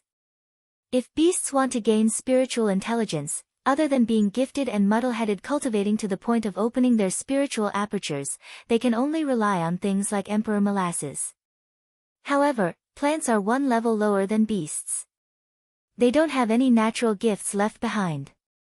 Even if it's a top-notch immortal herb, it has to be coincidentally obtained when emperor molasses falls. Only then will there be a small chance for it to gradually gain spiritual intelligence. Only with successful cultivation can it become a spirit. Emperor molasses, this thing, originally only falls once every 60 years, accompanied by the moonlight. Unfortunately, 1,000 years ago, the cultivation environment on Earth underwent a drastic change. The powerful people all said that the way of heaven has changed. Spiritual qi has sharply decreased, yuanying has disappeared, and the extinction of spirit beasts is one of the reasons. This emperor molasses, which allows beasts and plants to gain spiritual intelligence, has not fallen again even after 600 years. Is this the reason why cultivators and monsters disappear and why the world becomes more and more technologically advanced? Lin Luoran feels that she is being popularized again. She remembers it in a novel. From the master of Huanzhu's Shu Mountain to the Xianxia system on the internet, many of the things written in those novels had been confirmed by her. Wasn't this too amazing? Therefore, some of the writers of online novels may be cultivators. With hearsay and their own imagination, they can really make the world of cultivation look real. Lin sighs with emotion. The crazy Taoist asks her to take Lu Zheng to water the plants again. Lin guesses that the crazy Taoist approves of her seemingly idle way of self-cultivation. She happily takes Lu Zheng away. It never occurs to her that the crazy Taoist may have other ideas. One day, Mrs. Lin says that it is the winter solstice and the whole family eats mutton soup. Lin realizes that she has been living like this for a month. Mr. Lin also uses up his reiki every day and only cultivates at home at night. This method has benefited him a lot and he comes to the medicine base more frequently. As for Lin Luoran, her affinity with the wood reiki has increased a lot. Although it is not as good as the fire and water reiki, it is better than the gold and earth reiki. Lin feels that her cultivation, which has been stagnant for a long time, is starting to loosen up. Lin Luoran holds back the urge to stop living like this and start cultivating. She wants to use the gold reiki again. This is a bit difficult. Lin Luoran has to practice with Li Shi, every day. They don't fight each other, but compete with each other to see who can make a flower out of the spell of the gold reiki. Li Shi, recovers much slower than Lin Luoran and she only has 1 reiki. Every day, Li Shi, sleeps like a dog. If the reiki in Lin's house were not abundant, Li Shi, would have died of exhaustion. When Lin Luoran can control the gold reiki and imitate anything in the backyard of Lin's house, it is already winter vacation for Luodong and Huang. Luodong and Huang Weijian grow very fast. Luodong is half a year older than Mrs. Lin, which makes Mrs. Lin sigh and say that time is merciless. Lin Luoran turns her face away and doesn't want to talk to this lady who is getting younger and younger. Lin Luoran imitates another, Goldie, with the gold Reiki. The real Goldie looks at the fake golden hawk with disdain. The cyan little fox, which doesn't like Goldie, is furious. The poor little fox thinks that there is another golden hawk in Lin's house and the two stinky birds are going to bully it together. Seeing that the cyan little fox is angry after knowing the truth, Lin Luoran feels that she has achieved her goal. Li finally escapes from Lin Luoran's so-called pair practice. She buries herself in the big bed and sleeps for 3 days. When she wakes up, she refuses to admit that she has touched the door of the late stage of training Qi after this playful competition of the gold spells. All she needs is the accumulation of Reiki. Lin Luoran feels that the Wakan in her body is getting more and more restless. If she does the closed-door training now, she will reach the middle stage of laying foundation soon. It is a rare opportunity for Lin Luoran to have such a leisure time. Lin Luoran makes up her mind and focuses on the Earth Reiki. The Earth Reiki is mellow and gentle. Lin Luoran walks on the Earth Reiki every day and often gets along with Luodong, who only has the Taoist root of the Earth Reiki. However, Lin Luoran is unfamiliar with the Earth Reiki. Is it because she lacks the feeling of the Earth Reiki in the city which is covered with steel and cement? Well, since Luodong is on vacation, Lin Luoran decides to spend the winter in the Qingqing villa. Lin Luoran buries the other half of the Reiki gathering stone under the Qingqing villa. Following the example of Lin's house in the R city, Lin Luoran encloses the villa and sets up a protective magic circle. Mr. Lin is happy to live here. Lin Luoran even includes the artificial lake in front of the villa. Mr. Lin can fish by the lake, which can nourish his mind and absorb Reiki. Mount Qingqing, even the entire Zoo Mountain, has become Goldie's hunting ground. Goldie has no problem to go back to the villa for the new year. Even the cyan little fox likes to stay here because it is closer to the medicine base. Lin Luoran's decision makes everyone in the Lin family happy. After putting Baojia in the room, Lin Luoran takes Li Shi, Lin Luodong, and Huang Weijian to the mountain. Huang Weijian is a stubborn boy. After the war in the western suburbs, he finally agrees not to pick up garbage anymore. Instead, he works in the medicine base of Lin's family. Sometimes Yuan Yi teaches him how to identify medicinal materials. One weekend, when Huang and Lin Luodong went to the mountain, they were lucky enough to find a 50-year-old wild ginseng. There are many ginseng in Lin's space which are too old for her to make low-rank boluses. However, for ordinary people, a 50-year-old wild ginseng is extremely rare. After the news is released, a friend of Fatty Chui buys it at a low price. Lin Luoran sees that the friend doesn't bully Huang Weijian, so she collects the mottled Reiki of the wild ginseng and replaces it with some peaceful Reiki that is really beneficial to the human body. Therefore, Huang Weijian makes a comeback. The money he earns from selling wild ginseng is enough for him to get a doctorate in China, as long as he doesn't want to go abroad at his own expense. Without the financial pressure, this prideful young man could finally get along with the Lin family without any awkwardness. The four of them go to the mountain together to dig clay. Lin Luoran gets inspiration from the monkey wine in her space and decides to make jars to make Earth Reiki. Anyway, there is not enough clay, so the three of them are happy to run errands. There are many fun things in the mountain. With Li Shi, as their guide, Lin Luodong and Huang Weijian have a lot of fun. When they go home with the clay at sunset, Lin Luoran has made a lot of clay jars in the yard. At first, the jars Lin Luoran made with Earth Reiki were not square or round. The Lin family didn't dare to laugh at her. Lucy, on the other hand, was innocent. Lucy often pointed at the jars Lin Luoran made and asked, "Aunt Lin, what is this?" And, "The teacher said that jars are not like this." Lin Luoran wants to bury her head in the soil. It is so shameful to be despised by a little girl who hasn't even graduated from kindergarten. In order not to be despised, Lin Luoran becomes more and more serious when making jars. Soon, she becomes agile. Square is square and round is round. Within 2 days, Lin Luoran can make jars according to the standard size. On the eve of the new year, the jars she makes have changed from simple ones with ears to delicate handles to all kinds of shapes. There are exquisite reliefs on the jars. Based on the Huaxia mythology, Lin Luoran has made a whole set of story clay jars.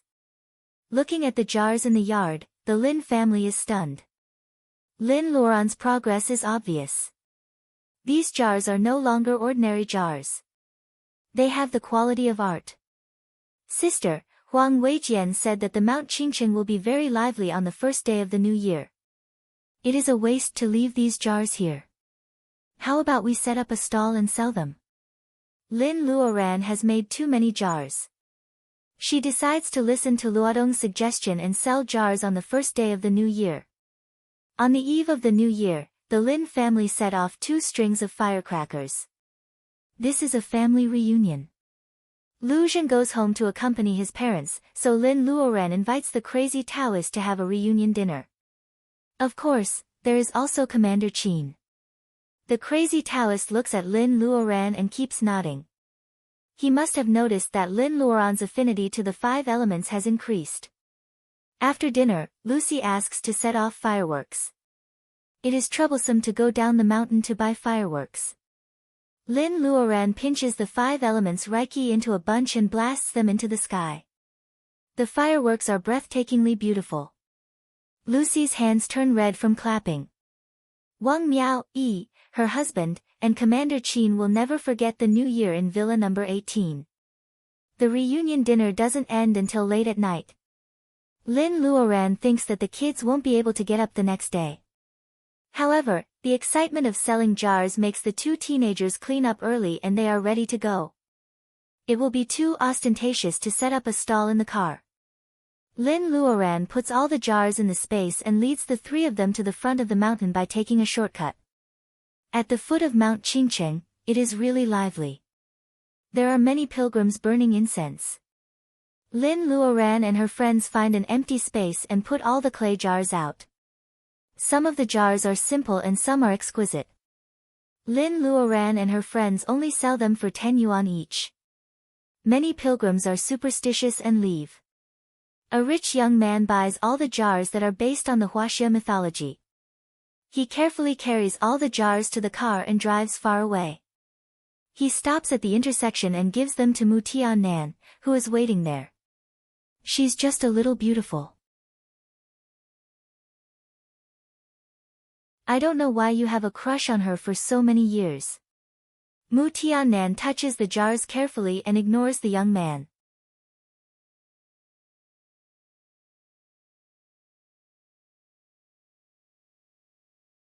Chapter 276. Lin Luoran closes her eyes and looks at the world differently with her spiritual mind instead of her eyes. The noise of pilgrims fades away from her ears. Then she can no longer hear the discussions of people around her. Only the rising smoke and the dull bell in the Taoist temple on Mount Qingqing can be heard. The bell becomes more and more serious as if it is knocking on her heart. Every time the bell rang, her ears would tremble slightly. Gradually, in her eyes, there were only the 5 colors of heaven and earth. In her ears, there was only the purest sound that belonged to nature. The first thing she notices is fire. Maybe she purifies herself with the Reiki fruit of fire, so she is destined to be closest to fire. The pilgrims hold the candles high. The flames are shaken by the mountain wind. Sensing Lin Luoran's spiritual mind, they complain. What can they say? The mountain wind is so naughty. Lin Luoran blocks the wind for them. The flames all laugh. Fire Reiki molecules are small and naughty. They all surround Lin Luoran and want to talk. Lin Luoran smiles and listens to them quietly. Then she turns her attention to something else. In the mountain, spring water flows down from the high place. When it falls on the uneven rocks, the water splashes like jade beads. In the misty mountains, flowing cheerfully. They are blue water Reiki molecules. Mountains and rivers. Water has been with mountains since ancient times. Only by setting off the cold rocks can the water Reiki be gentle and flexible. It was winter in the Qingqing mountain range. most of the plants would wither. The hillsides were all yellow and green, but there were even more plants that were not afraid of the cold. They welcomed the coldness of the winter, which made the trees even more extraordinary. For example, Lin Luoran can feel that the wood reiki of the pine tree is temporarily suppressed by the water reiki. It may not be correct to say that it is suppressed. In the 4 seasons, reiki of the 5 elements also have their own advantages. In different seasons, other reiki will make way for it so that it can shine more brightly in front of people. Just like here and now, when it snows in winter, the water reiki is more eye-catching and prominent. There is no hatred between the wood reiki and the snow reiki. The snow will melt into water next year, nourishing thousands of plants in the mountain. The water will converge into a stream and flow to the plain at the foot of the mountain, providing a constant source of water for the fertile plain of Tianfu. Lin Luoran can also feel that there are many plant seeds buried in the snow. They are in urgent need of energy under the soil. Only a good sleep can they have more energy to grow in spring after the snow melts. Her spiritual mind spun around. The earth reiki was always so mellow. After being burned by fire, it turned into porcelain. After being frozen, it fell into a deep sleep. After being moistened by water, it was willing to be washed to a strange place far away and settle down in a place it didn't know. There were also thousands of plants growing on the soil, which provided nourishment for the growth of the wood spirit qi. Without soil, nothing could grow, and naturally, there would be no wood spirit qi. Soil is a silent dedication and is compatible with the atmosphere. The clay jars she makes are also plastic. They are square and round, embossed and hollowed out. The little pig with its nose arched on the jar is very fresh. What about gold? Where is gold? All kinds of metals and ores buried in the soil are gold. The thousands of plants contained the power of life, that toughness, they were all gold. When breaking branches, throwing away the soil, and stepping on the pool, they are also gold. Even Li Shi, a girl who doesn't like killing, has extremely sharp reiki flowing in her body. The reiki is indeed gold reiki that has been refined by Lin Luoran. The gold reiki is hidden among the 4 kinds of reiki. They don't want to separate, but they can't offend each other. Once they cross the boundary, they will become the most powerful executioner in the world. The gold reiki is the sharpest weapon.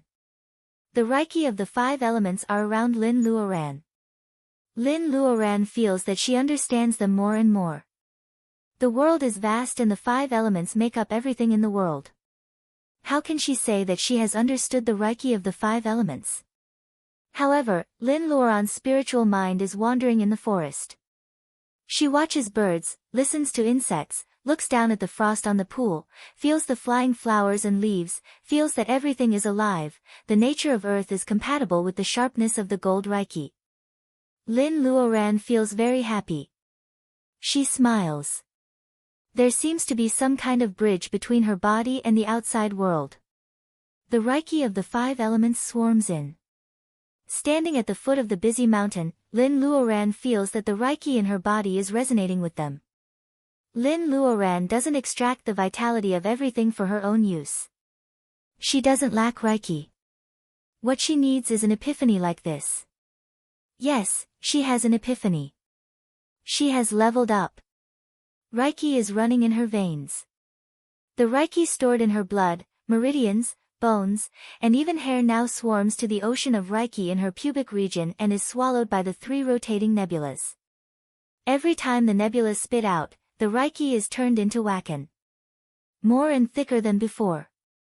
Lin Luoran feels that her spiritual mind is also being nourished. The pure wakan feeds back to her blood, muscles, meridians, and bones. The reiki is still in the form of reiki molecules. It seems that something is different. Is it because these reiki molecules are bigger and more compatible with her bones and blood? Lin Luoran feels that the nebulas are rotating and she can feel that she has become stronger. Little by little, she has broken through the middle stage of laying foundation, right? It seems that the reiki of the 5 elements are not going to stop. Should she keep going? Lin Luoran smiles. It turns out that she is also greedy. At the foot of the mountain, Lin Luoran has an epiphany and leveled up. The three people who come with her are Lin Luodong, who is still immortal, and Huang Weijian, who only has a powerful magic weapon but not a high level of cultivation. Only Li Shi, who is about to break through, has a crystal-clear heart and a single Taoist root of the Gold Reiki. She has a deep understanding of the Gold Reiki. She is the first to notice that Lin Luoran is not absent-minded. School sister Lin is meditating. Li Shi, is a little flustered by this. She knows that this kind of epiphany is very desirable for cultivators. However, they are at the foot of the mountain and school sister Lin is meditating right now. After going through so many things, Li Shi, has finally become more mature. She is worried that a tourist will suddenly rush over and crash into school sister Lin and ruin her meditation.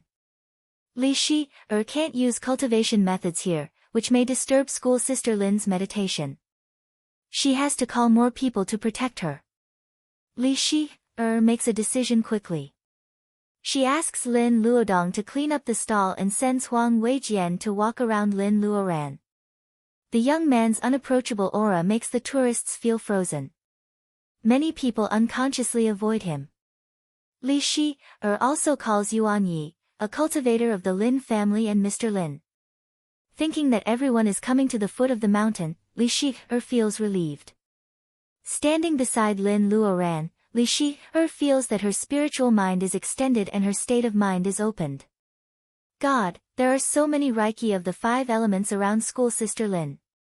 The Reiki is so violent that every cultivator has to be careful when they cultivate. Will school sister Lin be okay? Li Shi, is worried. Fortunately, Mr. Lin and Yuan Yi take a shortcut and arrive soon. Lu Zheng is also behind them. This is not the time to ask about the details. Li Shi, is rarely decisive. She arranges for Mr. Lin and the other 2 to guard each side. 5 cultivators occupy the positions of the 5 elements. Li Shi, doesn't realize that this is actually a very stable defense circle. The 5 cultivators casually surround Lin Luoran and the tourists really don't break in unintentionally. Time flies. The morning market is over. At noon, the tourists have either gone back or haven't arrived yet. With fewer people, Li Shi's group stands out. Not to mention their strange and alert movements, the young boy with long bangs looks like a cold character in an anime. Luodong, who is gentle and harmless, is also a handsome young man. Mr. Lin is a handsome middle-aged man. Yuan Yi is honest and bright. Lu Zheng is a handsome young Taoist in a Taoist robe. Li Shi, is not wearing a Tang suit. Ordinary clothes can't hide her temperament of an ancient lady. Lin Luoran is in meditation and her head is half lowered, so people can't see her face clearly. However, Lin Luoran is surrounded by such a group of outstanding people.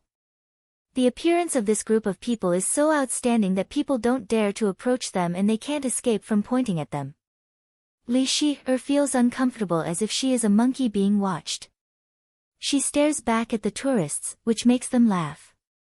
It is very impolite to take pictures of others without reason. Today, even though the tourists are pointing at Lin Luoran, none of them think of taking pictures, which makes Li Shi, feel relieved. Li Shi, doesn't know that Lin Luoran's state at the foot of the mountain is very compatible with the 5 elements. Ordinary people can also feel peaceful here. This is a rare opportunity.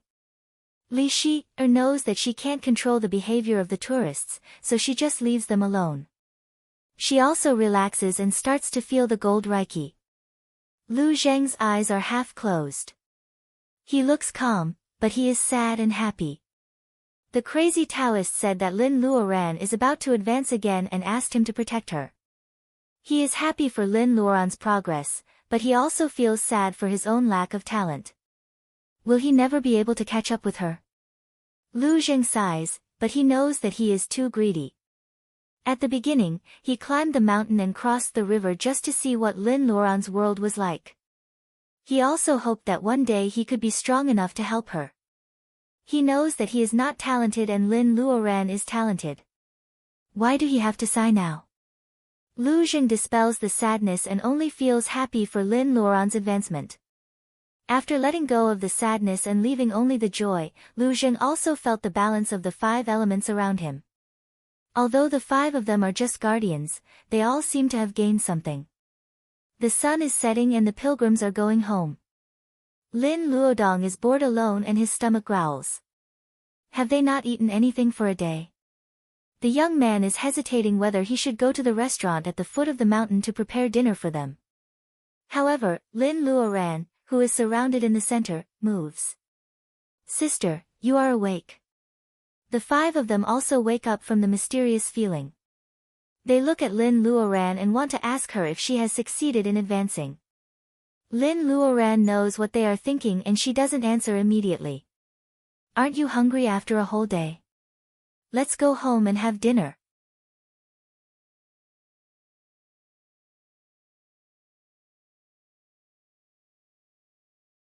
Chapter 277. Walking on the mountain path in the afterglow of the setting sun, Lin Luoran and her friends look like a team returning home from a picnic. Of course, they are not returning from a picnic. Lin Luoran, the pillar of the Lin family, has officially entered the middle stage of laying foundation half an hour ago. In fact, Lin Luoran is worried about her rocket-like cultivation speed. Knowing that she can't enter the latter stage of laying foundation, she doesn't force herself and wakes up from the trance. Lin Luoran has just crossed a small hurdle on the path of cultivation, but it is enough for Mr. Lin to be proud of. In addition, those who are guarding Lin Luoran today are all her close friends. Knowing that Lin Luoran has successfully entered the next level, everyone is happy. They laugh along the way, which startles many birds that want to go back to their nests. Sister, let's go back and celebrate. Li Shi's eyes are rolling. Lin Luoran doesn't know what she is thinking. Lin Luoran wants to ignore her, but she is also happy. Finally, she can't help but laugh. What do you think? How should we celebrate? As long as it's not too ostentatious, we can do whatever you want. Everyone turns to Li Shi, which makes her feel awkward. At this moment, Luodong's stomach growls again. Li Shi realizes that they haven't eaten anything for a day. She blurts out, Sister, let's go back and have a big meal. What kind of celebration is this? Lin Luoran bursts into laughter. Unexpectedly, others agree with her idea. Well, eating is the most important thing in the world. However, everyone has been eating the vegetables in the space, Mrs. Lin's own vegetables, and even the game that Goldie brings back from time to time. What should they eat for dinner tonight? Lin Luoran is thinking. Luodong thinks for a while and says to Huang Weijian, didn't you say that the barbecue outside our school is delicious? Everyone is looking at him. They want to associate him with the greasy mutton skewers on the roadside. Huang wants to punch Luodong, the idiot, who is pretending to be stupid. Hey, it's you who insisted on eating barbecue with me and ended up with diarrhea. Damn it. Luodong, you're the one who insisted on eating barbecue with me and ended up with diarrhea. How dare you? Lin Luoran makes the final decision. Let's have barbecue. Li and Luodong are both cheering. Before it gets dark, Lin sends the 2 of them to look for food. Huang is dragged away by Luodong. Mr. Lin said that there is a small lake where they just passed.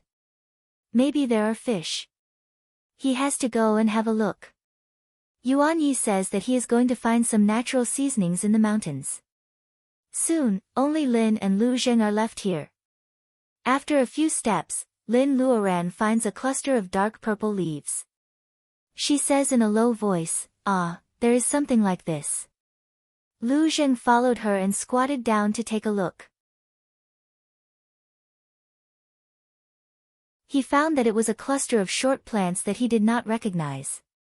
What is this? Is it edible? Wild chameleon plant. Have you never eaten it before? This thing was very delicious when served cold, and it was also very fragrant when grilled fish was cut and seasoned. In the past, it was common to see it in the fields, but later on, it was artificially planted, and it became increasingly difficult to find the wild one. In people's memories, it was even more tempting. Lin Luoran uses a branch as a shovel to dig out the chameleon plant and introduces how to eat it to Lu Zheng. Lu Zheng is embarrassed. He has never eaten this kind of wild vegetable. Lin Luoran pats her head and says, "I forget that you are a young master and have never eaten this kind of wild vegetable. I am so sorry." Lu Zheng smiles and doesn't say anything. Lin Luoran is so serious that she doesn't even notice that a strand of her hair is stained with mud. Lu Zheng looks at her and finds it hard to imagine that a cultivator in laying foundation can dig wild vegetables in such a happy mood. He feels that he knows Lin Luoran better, but she always makes him discover more beautiful things. He feels that he can't find the right adjective to describe Lin Luoran. He is always falling deeper and deeper into the discovery. He is destined to chase after this woman for the rest of his life. If I get her, I will be lucky. If I don't, I will be the only one left. At this moment, everything is quiet and there is only the two of them. Lu Zheng feels that there is a little person in his mind saying, "Confess. Confess. Even if you fail, it is better than worrying about gains and losses forever." While his tongue is still in his mouth, Yuan Yi has come back with a bag of things excitedly. "Grandmaster, I found a lot of spices." Hearing Yuan Ye's excited tone, Lin Luoran is stunned with the chameleon plant in her hand. She was wondering why Yuan Yi wanted to be her apprentice. They are all foodies, so they are destined to be master and apprentice. Lin Luoran really wants to touch her forehead. Not only Yuan Yi, but all the people who are close to the Lin family are foodies. This is the real, ill-fated relationship. She pokes her head and sees Yuan Ye's bag. There is a large handful of wild fire onion, a handful of wild chaotian pepper, and wild pepper. There is snow on the mountain. It must be hard for him to find these things. He really wants to eat them. He is not afraid of bitterness or cold. Seeing that Lin Luoran is coming, Lu Zheng realizes that he failed to confess. Lin Luoran already has an apprentice. There is still a big gap between him and her. The most urgent thing now is to narrow the gap. He has to go back and continue to practice hard. After a while, Li Shi, and the two teenagers also come back.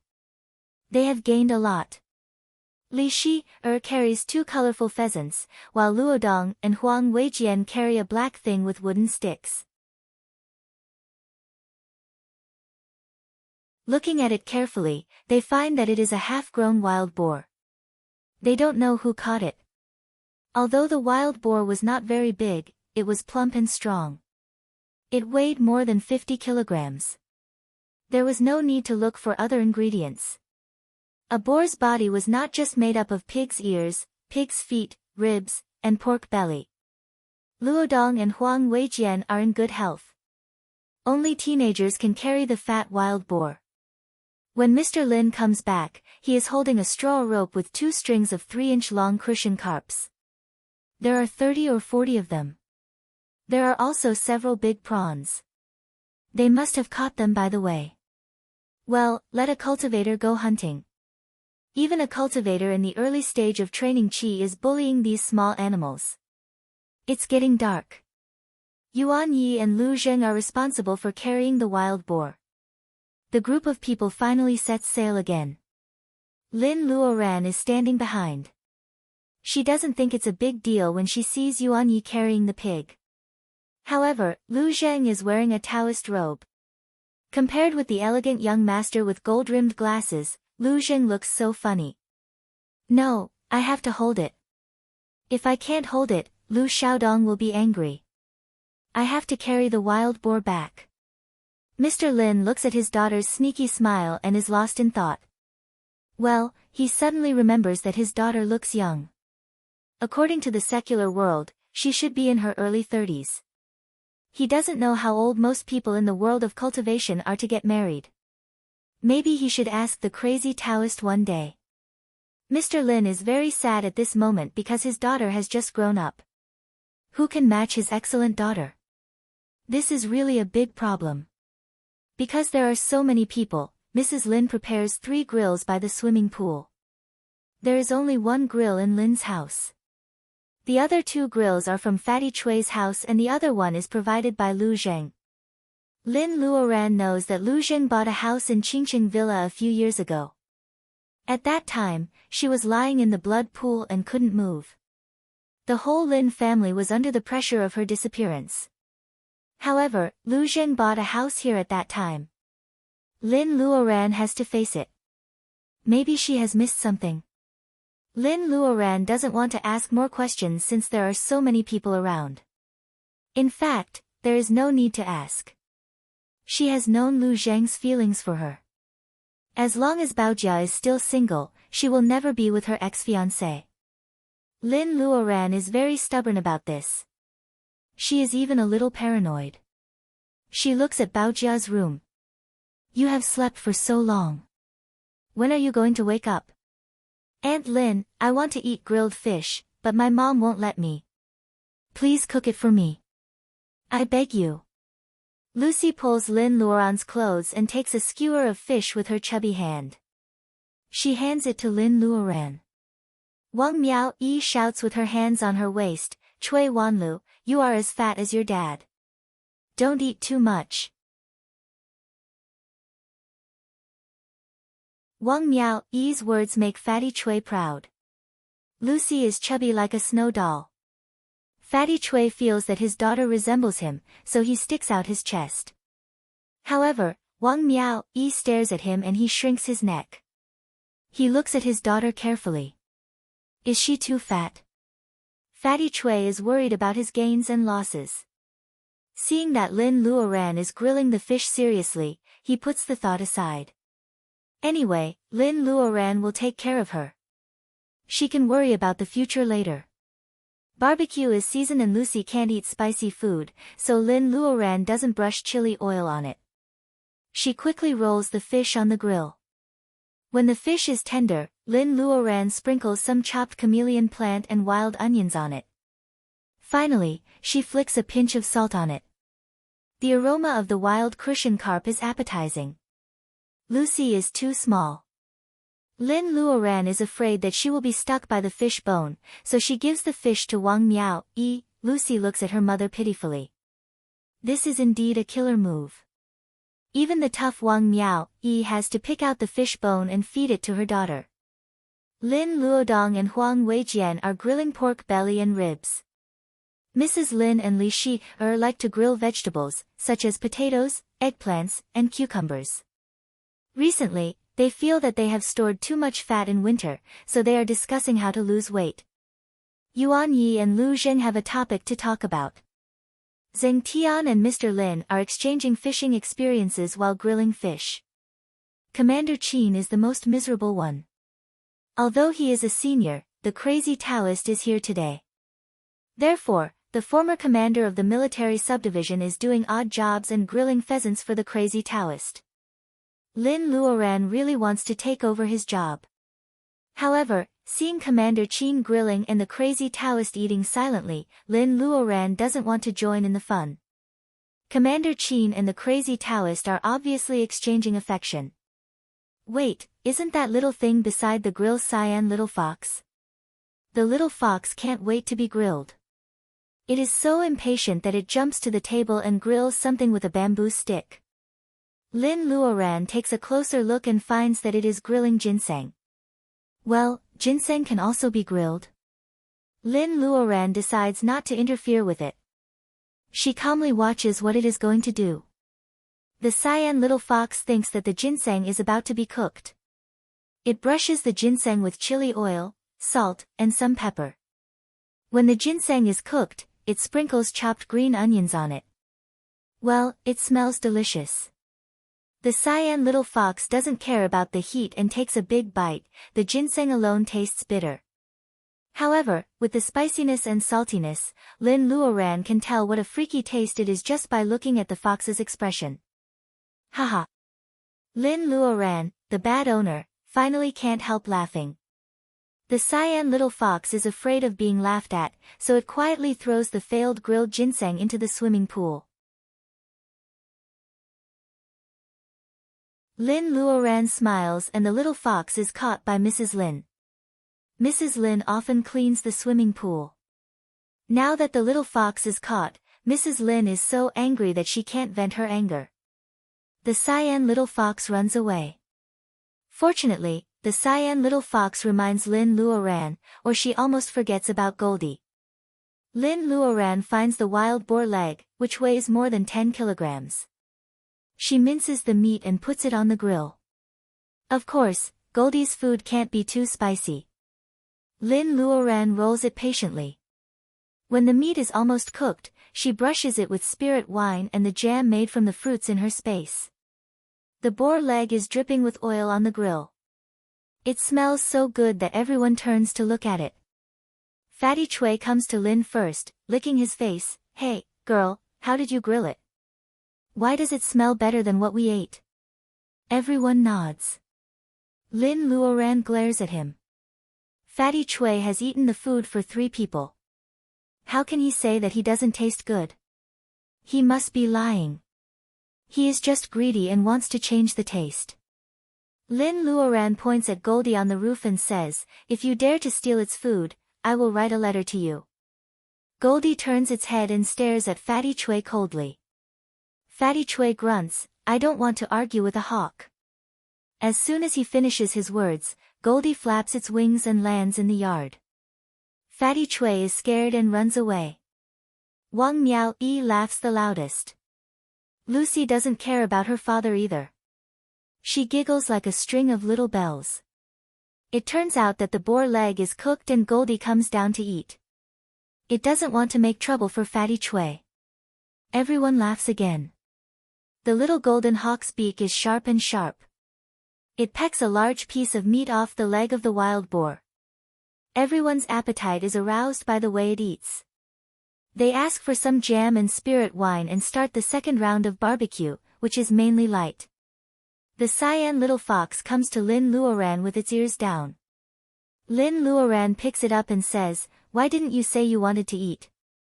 You don't want to waste a ginseng." The fox becomes more listless. However, Lin Luoran finds a few pieces of pork ribs and skewered them with cucumber and tomato. The color matches well and they are grilled carefully. Lin Luoran looks at them and wants to eat them. She hands the skewered meat to the cyan little fox. Its grievance is gone instantly. It jumps to Goldie. Lin Luoran suspects that it is going to show off. Yuan Yi notices that Lin Luoran is busy grilling for everyone. She even takes care of Goldie and the cyan little fox, but she doesn't eat much. He grills a few skewers of pheasant for her. "Grandmaster," Lin Luoran sighs.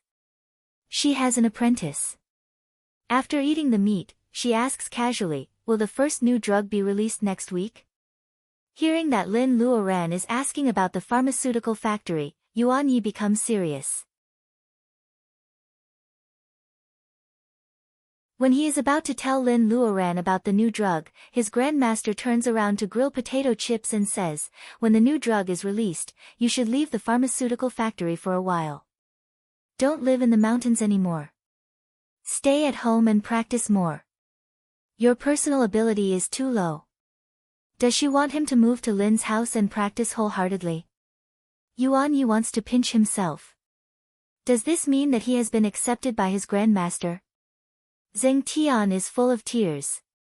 He looks at Yuan Yi with envy, jealousy, and hatred. "I have more than 4,000 chapters.